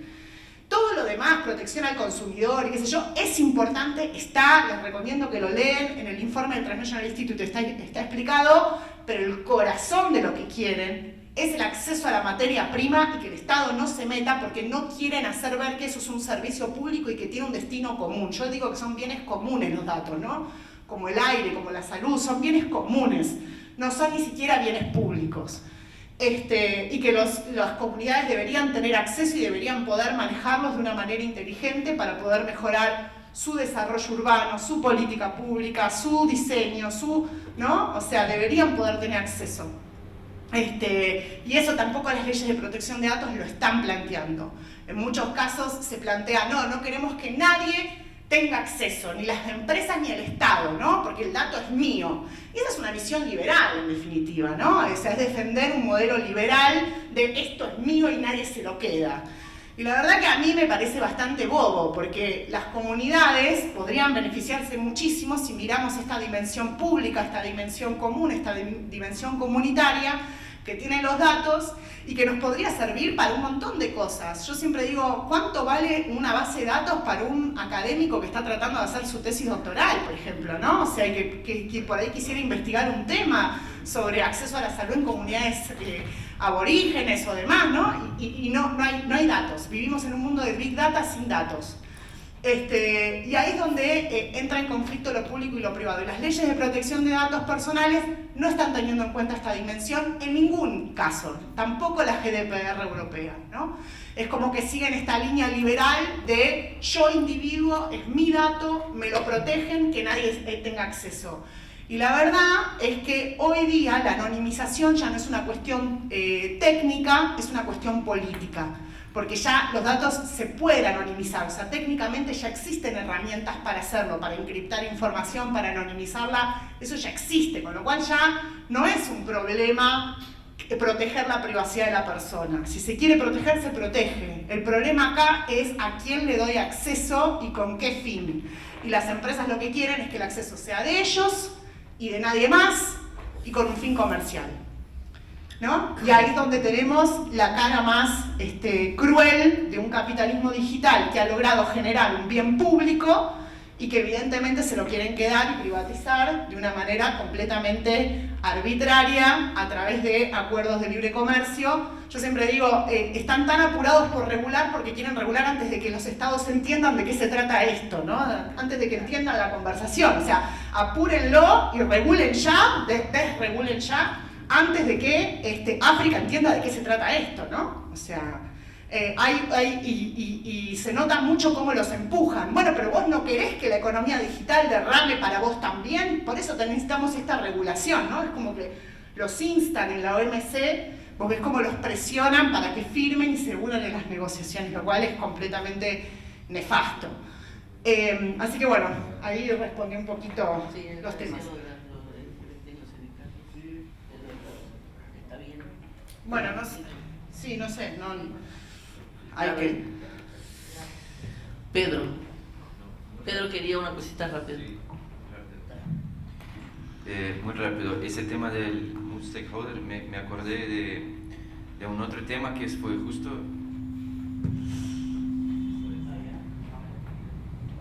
El tema de respuesta a la pandemia, el mecanismo de COVAX, ¿no? Ese que es un mecanismo de partes interesadas, porque en el board del COVAX estaba el sector privado.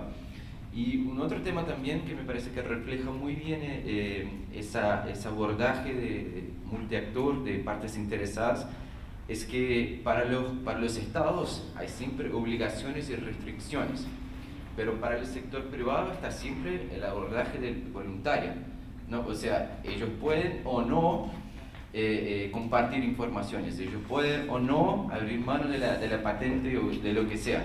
O sea que está siempre a cargo de la empresa que decide si puede hacer algo o no. Pero los estados siempre la limitación de la reglamentación, siempre, o sea que se puede demandar en una corte o lo que sea.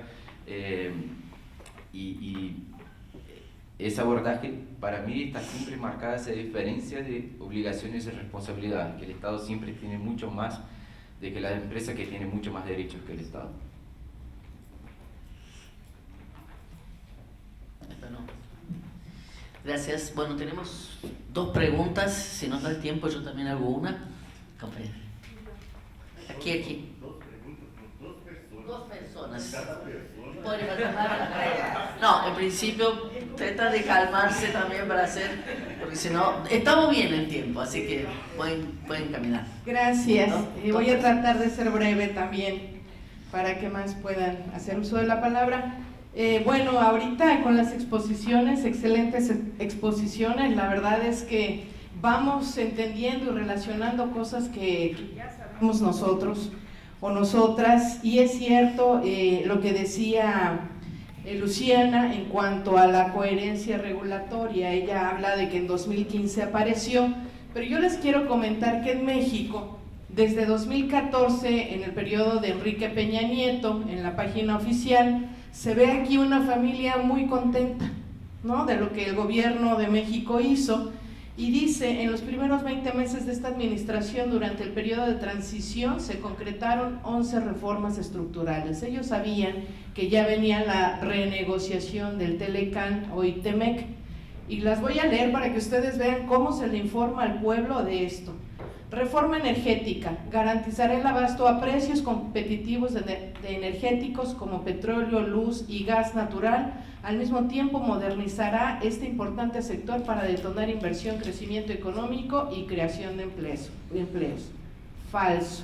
Los energéticos están lo más caro posible que se puede en este momento en México. Y no hay empleos. Tenemos un porcentaje muy importante de informalidad. Reforma en materia de competencia económica: regula la relación entre las empresas para asegurar una sana competencia que se traduzca en mayor variedad de productos y servicios a mejores precios. Por lo que dice Pedro, tuvimos veda en diferentes productos agrícolas, no podían entrar a Estados Unidos por meses y hasta años, pero ellos sí podían importar a México, ellos no tenían restricciones. Y, sí, nosotros no exportábamos, pero ellos sí. Reforma en materia de telecomunicaciones y radiodifusión: fomenta la competencia efectiva en televisión, radio, telefonía e internet. Así se generará más y mejores opciones para los consumidores, reduciendo los precios de la telefonía, la televisión, la paga de internet y contribuyendo a cerrar la brecha digital para integrarnos plenamente a la sociedad del conocimiento. Lo que dice Sofía tampoco es cierto. Todos estos servicios están lo más alto que se puede. Y hubo una venta impresionante de paraestatales en este periodo del Telecán, y resulta que una de ellas, Telmex, Teléfonos de México, fue vendida porque no era sustentable, y hoy el dueño es el hombre más rico de México. Así que era una empresa que evidentemente, pues claro que tenía ganancias, pero se vendió. Reforma hacendaria: incrementa de manera justa la recaudación para que el Estado pueda atender las necesidades prioritarias de la población, como son la educación, la seguridad social y la infraestructura, además de generar nuevos mecanismos para incentivar la informalidad. Y esto no es cierto. A las grandes empresas se les dan incentivos para que no paguen impuestos. Y los clientes cautivos somos los trabajadores que tenemos ahí cuánto ganamos y nos descuentan. Reforma financiera: crea las condiciones, y bueno, elusión y evasión fiscal a todo lo que da. Reforma financiera: crea las condiciones para que los hogares y las empresas en México cuenten con más crédito y más barato. Tampoco es cierto. 42% aproximadamente de impuestos o de intereses se paga a los bancos por créditos. Reforma laboral: flexibiliza el mercado de trabajo, estimulando la formalidad y facilitando que más jóvenes y mujeres puedan desarrollarse profesionalmente. Eso tampoco es cierto. Tenemos un número muy importante, no doy el dato porque no lo tengo a la mano, pero de jóvenes que ni estudian ni trabajan, y en el tema de las mujeres sigue abriendo brecha digital. Pero además, por esto que decían del proceso administrativo, hoy, por ejemplo, nosotros acabamos de pasar la elección de comité ejecutivo, tardamos más de un mes para que nos pudieran dar la toma de nota. Reforma educativa: reforma de ley de amparo, código de procedimientos penales, reforma político-electoral, reforma en transparencia, es decir, adecuaron todo para dejarlo listo para entrar al nuevo Tratado de Libre Comercio, el TEMEC. Muchas gracias. Les comparto el dato para que lo lean con toda puntualidad. Gracias. Gracias. José. Muy buena mesa, muy bien coordenada, me gusta mucho. Mira, En la Rebrip somos así, nos tiramos una florcita. pero nem sempre Graciela é tão bem-humorada, verdade, Gabriel? Verdade, Ademar? Mira, primeiro dizer a Sofia que não estarás mais sola na OMC, porque no próximo ano a delegação brasileira vai estar Ademar, Graciela, Gabriel, Pedro, quizá Joe, estaremos juntos contigo. Pero te perguntar este conceito de cidade inteligente, tu citaste o exemplo de Nova York, se pode desenvolver um pouco? É um tema que estamos muito interessados em conhecer cada vez mais e como manejar o tema da cidade inteligente, porque se vende uma coisa e sabemos que é totalmente outra. Luciana, um pouco mais complexo. Óbvio que somos críticos ao OMC, mas também a alternativa dos tratados plurilaterais são piores. E aí temos uma discussão de multilateralismo. E a fortaleza da OMC está justamente em poder um Estado vetar um acordo que o Estado não está de acordo. Ou seja, cada país um voto. Na prática não é bem assim, mas o que queria que tu aclarasse um pouco mais. Como pode aprovar coisas sem voto? Porque se vota o Estado, pode não estar em favor. Pero as coisas estão evoluindo e não evolui em uma Assembleia Geral onde todos estão de acordo. Se conhece um pouco mais esses mecanismos e aclarar um pouco mais para a discussão. E a última para Pedro, porque por la tarde vamos debater plano de ação e amanhã também. Tu has dito esta ideia de uma campanha por país para a quebra da patente, para a licença compulsória, utilizando os gaps que temos na legislação de cada país e o gap deste tema na OMC. Eu sei que tu também analisa os laboratórios públicos com capacidade de produção de fármacos, de vacuna, etc. Se pode dar sugerências, por exemplo, de países prioritários, onde a legislação, a capacidade de produção para, por exemplo, a vacuna de Covid ou qualquer outra medicina mais cara, porque isso nos ajuda em plano de trabalho a pensar onde concentrar mais esforços, como plataformas regionais. Estes seriam os três. Perfeito. Mais uma pergunta por pessoa. Se anotou Gonzalo. Gonzalo, venite un poquito para más adelante. Una aplauso a Gonzalo, que hace tiempo que Gonzalo no lo vemos. Gonzalo es un rebripiano que ha salido por motivos de trabajo, pero que no lo dejamos salir, entonces siempre no sale, salí de la lista, no salí de la lista. No sale de la lista, miren, para que eso les diga. Sí, bueno, es un placer estar acá. Voy a hacer una pregunta y después espero conversar con ustedes en el almuerzo. No, es interesante lo que dijo Pedro de que la OMC no es un ámbito para discutir la salud. Pero al mismo tiempo el ámbito que es para discutir de la salud no tiene todas las libertades porque de hecho existen las normas sobre propiedad intelectual, por ejemplo, ¿no? Pero ahora se está discutiendo un acuerdo sobre pandemias en el marco de la OMC y yo no entiendo muy bien cómo funciona eso y cuál es el objetivo de este acuerdo y tal, pero me imagino que debe incluir cuestiones de propiedad intelectual y de acceso y tal, y quisiera saber un poco más sobre ese punto, medio específico, pero bueno, gracias. Bueno, 3 minutitos para cada uno para que hagamos tiempo y me digan que estuve. ¿Quién? Arrancar. Bueno, empiezo. Me preguntaba Joselio lo de ciudad inteligente. A ver, lo importante acá para mí es entender que los datos tienen una dimensión privada y tienen una dimensión común. Entonces, cuando uno piensa en la ciudad inteligente, que mucha gente cree que la ciudad inteligente es meramente empezar a instalar sensores de tránsito y ordenar y poner motoristas virtuales en el transporte público y qué sé yo. Y yo siempre digo, no, la ciudad inteligente ya existe, porque la ciudad inteligente es la organización del tejido urbano a través de plataformas digitales, ¿no? Y eso ya existe con Uber, con Didi, con Rappi, con Pedido Ya y con tantas otras cosas que tenemos. Eso es la ciudad inteligente. Modelos alternativos existen. Uno de los más notables o de los que más ha levantado polvo es el de la ciudad de Barcelona. La ciudad de Barcelona puso a una mujer maravillosa a dirigir toda la parte de digitalización de la ciudad, que es Francesca Bria, es italiana, y ella hizo lo que se llamó el proyecto Decode. El proyecto Decode lo que trataba de hacer era organizar el tejido urbano y organizar la ciudad con una lógica de datos como bienes comunes y todo el procesamiento de los datos a través de software libre. Entonces, si vos, tu ciudad, quieres ser ciudad inteligente y sumarse al proyecto Decode, pedís el software, ellos te lo dan y vos lo readaptás, con lo cual a la ciudad le sale mucho más barato, ¿no? Ámsterdam se sumó al proyecto Decode y está empezando a llevarlo adelante, y varias ciudades del mundo ya también. ¿Cuál es la diferencia? Bueno, que los datos los administra el Estado, los datos que genera la ciudad los administra el Estado, y da permisos a las universidades y organizaciones de la sociedad civil para acceder a determinados datos dependiendo de los intereses, obviamente todo previamente anonimizado, etcétera, con un tratamiento con la Ley de Protección de Datos Europea.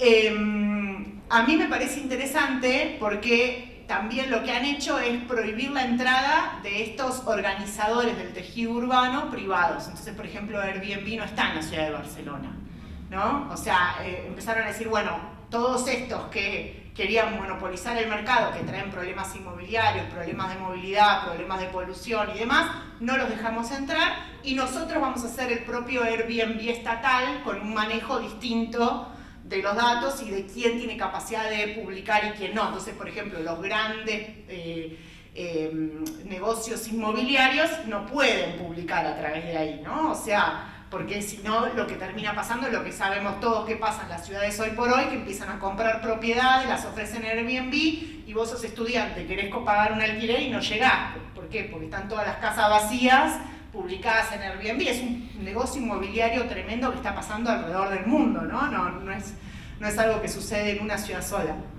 Entonces ahí es donde vemos cómo cuando los datos empiezan a adquirir una lógica de bien común, todo cambia, ¿no? Y donde cuando el manejo y la organización de la ciudad inteligente no la hacemos con una lógica corporativa de ganancia, y la hacemos con una lógica de bienes comunes y de inclusión, bueno, la ciudad va cambiando completamente. ¿Hay críticas al proyecto Decode? Sí, hay críticas, porque también está la crítica del miedo de China y el Estado autoritario que controla todo, que tiene acceso a la información, y que yo creo que nada es ideal, ¿no? Y que ningún sistema es óptimo.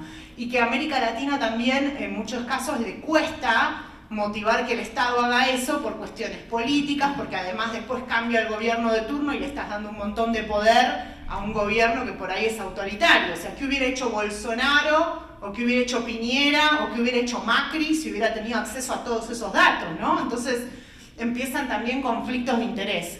Con lo cual, sí, Macri hacía un negocio. Pero bueno, empiezan todos esos conflictos, y me parece que la idea es, Europa está trabajando en algunos proyectos como intermedios, con participación de la sociedad civil. Yo creo que ese es el camino. Yo creo que si estamos hablando de los datos de los servicios públicos, los sindicatos de la ISP se tienen que sentar a la mesa y tienen que tener cogobernanza de esos datos, los sindicatos. Yo creo eso. Yo creo que acá hay que darle más participación en la cogobernanza de los datos a las instituciones de la sociedad civil, y no decir esto es del Estado, esto es del privado. Necesitamos un ámbito tripartito, y en un ámbito tripartito tiene que estar sentada la sociedad civil y obviamente los sindicatos como principal referente de la sociedad civil dentro de un ámbito público, ¿no? Pero bueno, y yo creo que eso de alguna manera daría a los datos una finalidad de bien común, pero limitando la capacidad de lo que el Estado puede o no puede hacer con esos datos, porque si no empiezan los conflictos que estamos viendo, ¿no? O sea, China con el sistema de crédito social es un ejemplo, es un exponente, pero siempre digo, ¿no? Nuestros gobiernos mismos hubieran hecho desastres si hubieran tenido acceso a todo eso, y todo el esfuerzo que se hubiera hecho en pos de tener una lógica de datos como bienes comunes, te lo privatizan de la noche a la mañana, y si tenés suerte solo te lo privatizan, porque si no también lo usan como poder político para coercionarte, para, ¿no? Bueno, yo terminé, y Luciana también, terminamos con legajos en la AFI solamente por estar en contra de la OMC. Imagínate si hubieran tenido acceso a a dónde vamos, qué hacemos, con quién hablamos y a qué hora nos tomamos el subte y a qué hora nos bajamos del subte y en qué estación. Directamente te hacen espionaje y te pueden destruir la vida, ¿no? En 2 segundos. Entonces, me parece que hay que, desde la sociedad civil tendríamos que pelear por una cogobernanza tripartita con la sociedad civil sentada a la mesa. Me parece que esa es la única solución que tenemos, porque si no es privados versus Estado, y sabemos que en el Estado tampoco podemos confiar demasiado. No sé si eso contesta, pero bueno. Ya un inicio. Luciana. Sí. No, Sofi, incorporó lo que dice José María de las comunidades organizadas en vez del concepto de sociedad civil, me gustó. Se lo vamos a robar a José María, te voy a citar, José María, cuando lo use. No, para lo que, simplemente lo de Jocelyn, simplemente lo de Jocelyn, o sea, bueno, el tema de discusión política, de intervención de los últimos por lo menos 10 años, ¿no? En realidad lo de la OMC, a ver, nosotros por qué seguimos, hace muchos años decidimos seguir menos, una cantidad de organizaciones, seguir menos el tema de la OMC. Porque en realidad, a ver, hay un debate sobre cuándo empezó la crisis de la OMC, pero sabemos que los acuerdos fuertes estuvieron en los 90. Algunos dicen en el 2003 empieza la crisis de la OMC, yo coincido. Tayana, ex canciller argentino, dice hasta el 2007 todavía estábamos negociando. En realidad lo interesante es que el único acuerdo desde el 2003 en adelante que logró la OMC es el de facilitación de comercio, es el único acuerdo. No, ¿cuál? Bueno, ahora acaban de lograr esto, es verdad. Pero en el marco de 2003 al 2021 tenés un acuerdo. Ahora, ¿qué significa eso? Significa que después tenés la proliferación de los joint statements, que le llaman ellos, ¿no? O sea, son los intentos de generar. Brasil, por ejemplo, en la agenda de facilitación de inversiones, que está en discusión ahora como un joint statement, Brasil ha tenido una posición súper agresiva, diciendo sí, hay que facilitar inversiones. Porque Brasil no tiene tratados bilaterales de inversión, no tiene CIADI, pero dice entonces facilitemos las inversiones, con eso Brasil muestra al mundo que está de acuerdo con generar un espacio para la acumulación de las empresas extranjeras, ¿no? Pero un datito más sobre eso, bien cortito. ¿Se acuerdan también que hace muchos años decíamos los TLC son OMC Plus? Hoy los TLC que tenemos en América Latina son OMC Plus, no sé cuántos más habría que agregarle, ¿no? Hay que darle una cantidad de... El problema no lo tenemos en la OMC hoy, lo tenemos en realidad en la región con los tratados que ya están vigentes. Porque muchos de estos tratados, como el TPP-11, ahí se me fue barra, el TPP-11, que los chilenos saben bien por qué salieron a pelear y han logrado frenar el TPP-11, porque el TPP-11 es, yo he dicho, es el peor tratado de libre comercio de la historia, por ejemplo. Y yo creo que a la OMC ni siquiera se le ha ocurrido a alguno de los capítulos que están dentro del TPP en ponerlos. Solamente al gobierno estadounidense, en un contexto de gobierno demócrata progresista, se le ocurría meter esos capítulos de propiedad intelectual violento, el de coherencia regulatoria, tiene 25 páginas, es un capítulo súper violento, con todos los conceptos de la OCDE, de todas estas buenas prácticas regulatorias. Bajaron toda la línea y dijeron, acá está, esto es lo que nosotros queremos. Y acuérdense, Hillary Clinton dice, este es el nuevo Golden Standard, ¿no? Para las negociaciones comerciales globales. O sea, en realidad, seguir las negociaciones de la OMC, tenemos un montón de compañeros que por suerte lo siguen y nos van contando lo que va pasando, pero nuestro desafío está acá en la región, con los tratados que ya están, apoyar el que Chile siga frenando el TPP-11, que no pase Mercosur-Unión Europea, porque con cada nuevo tratado insertan nuevas cosas, innovan un poquito más, avanzan un poco más, y el problema lo tenemos más de este lado que en Ginebra. Pero bueno, medio provocado.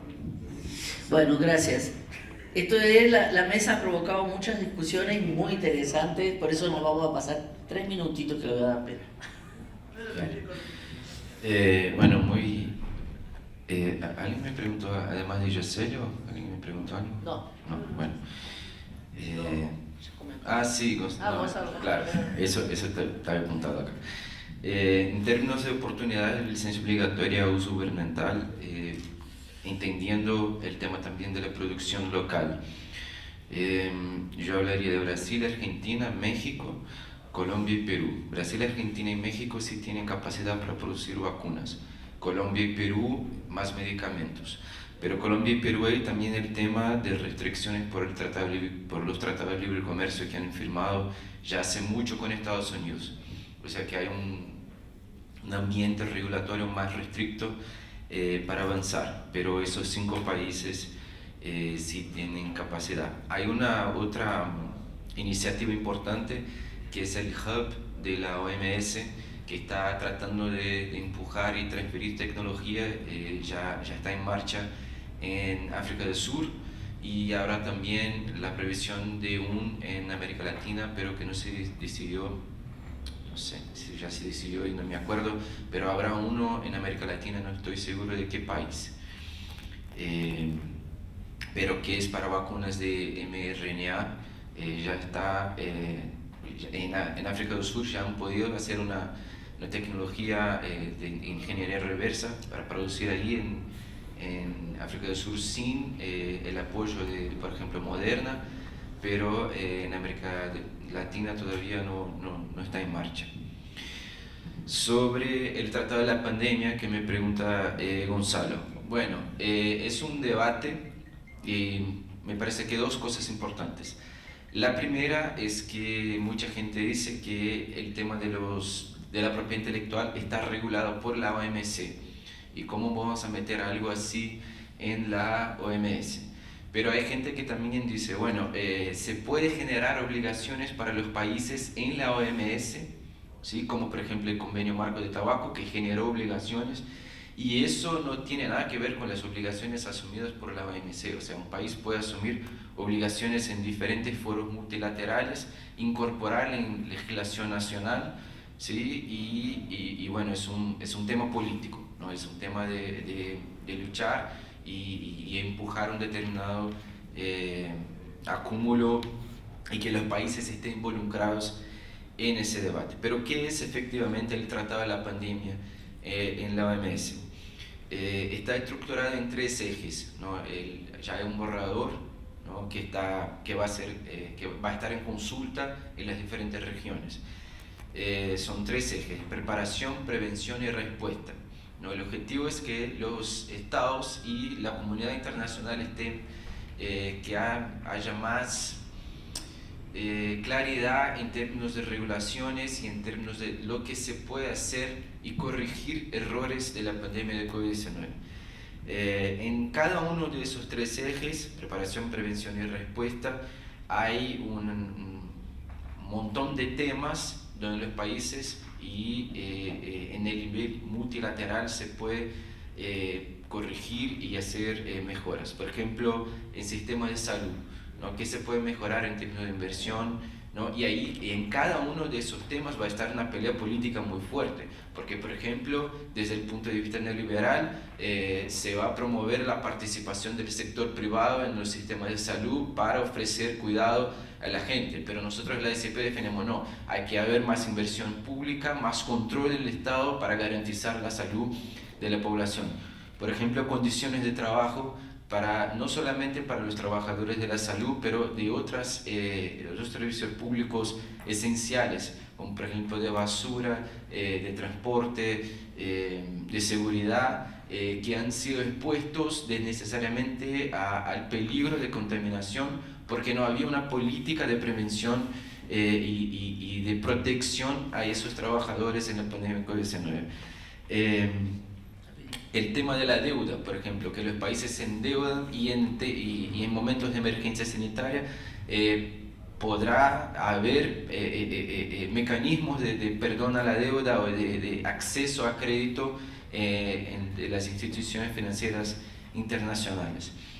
Y otros 2 temas que van muy dialogando con el tema de la propiedad intelectual: las cadenas de suministro y reserva estratégica, por ejemplo, que los países no dependan totalmente de China para comprar mascarillas, ¿no? Que faltaron en los primeros meses de la pandemia y fue algo fundamental que resultó en la muerte de muchos profesionales de salud. Y reserva estratégica, que los países pueden tener materiales fundamentales y esenciales para la respuesta a emergencias sanitarias. Y eso tiene mucho que ver también con la descentralización de los esfuerzos productivos, ¿no? Que no estén totalmente en China y en el norte global, pero que también los países del sur desarrollen capacidades de producción y que compartan tecnología en el sur, o sea, en los países de desarrollo. No sé si contesté porque, bueno, es un tema larguísimo, pero traté de hacer un resumen. Bueno, gracias Pedro, se puede tratar más directamente con el palestrante aquí. Quería agradecerles mucho, la mesa fue muy interesante.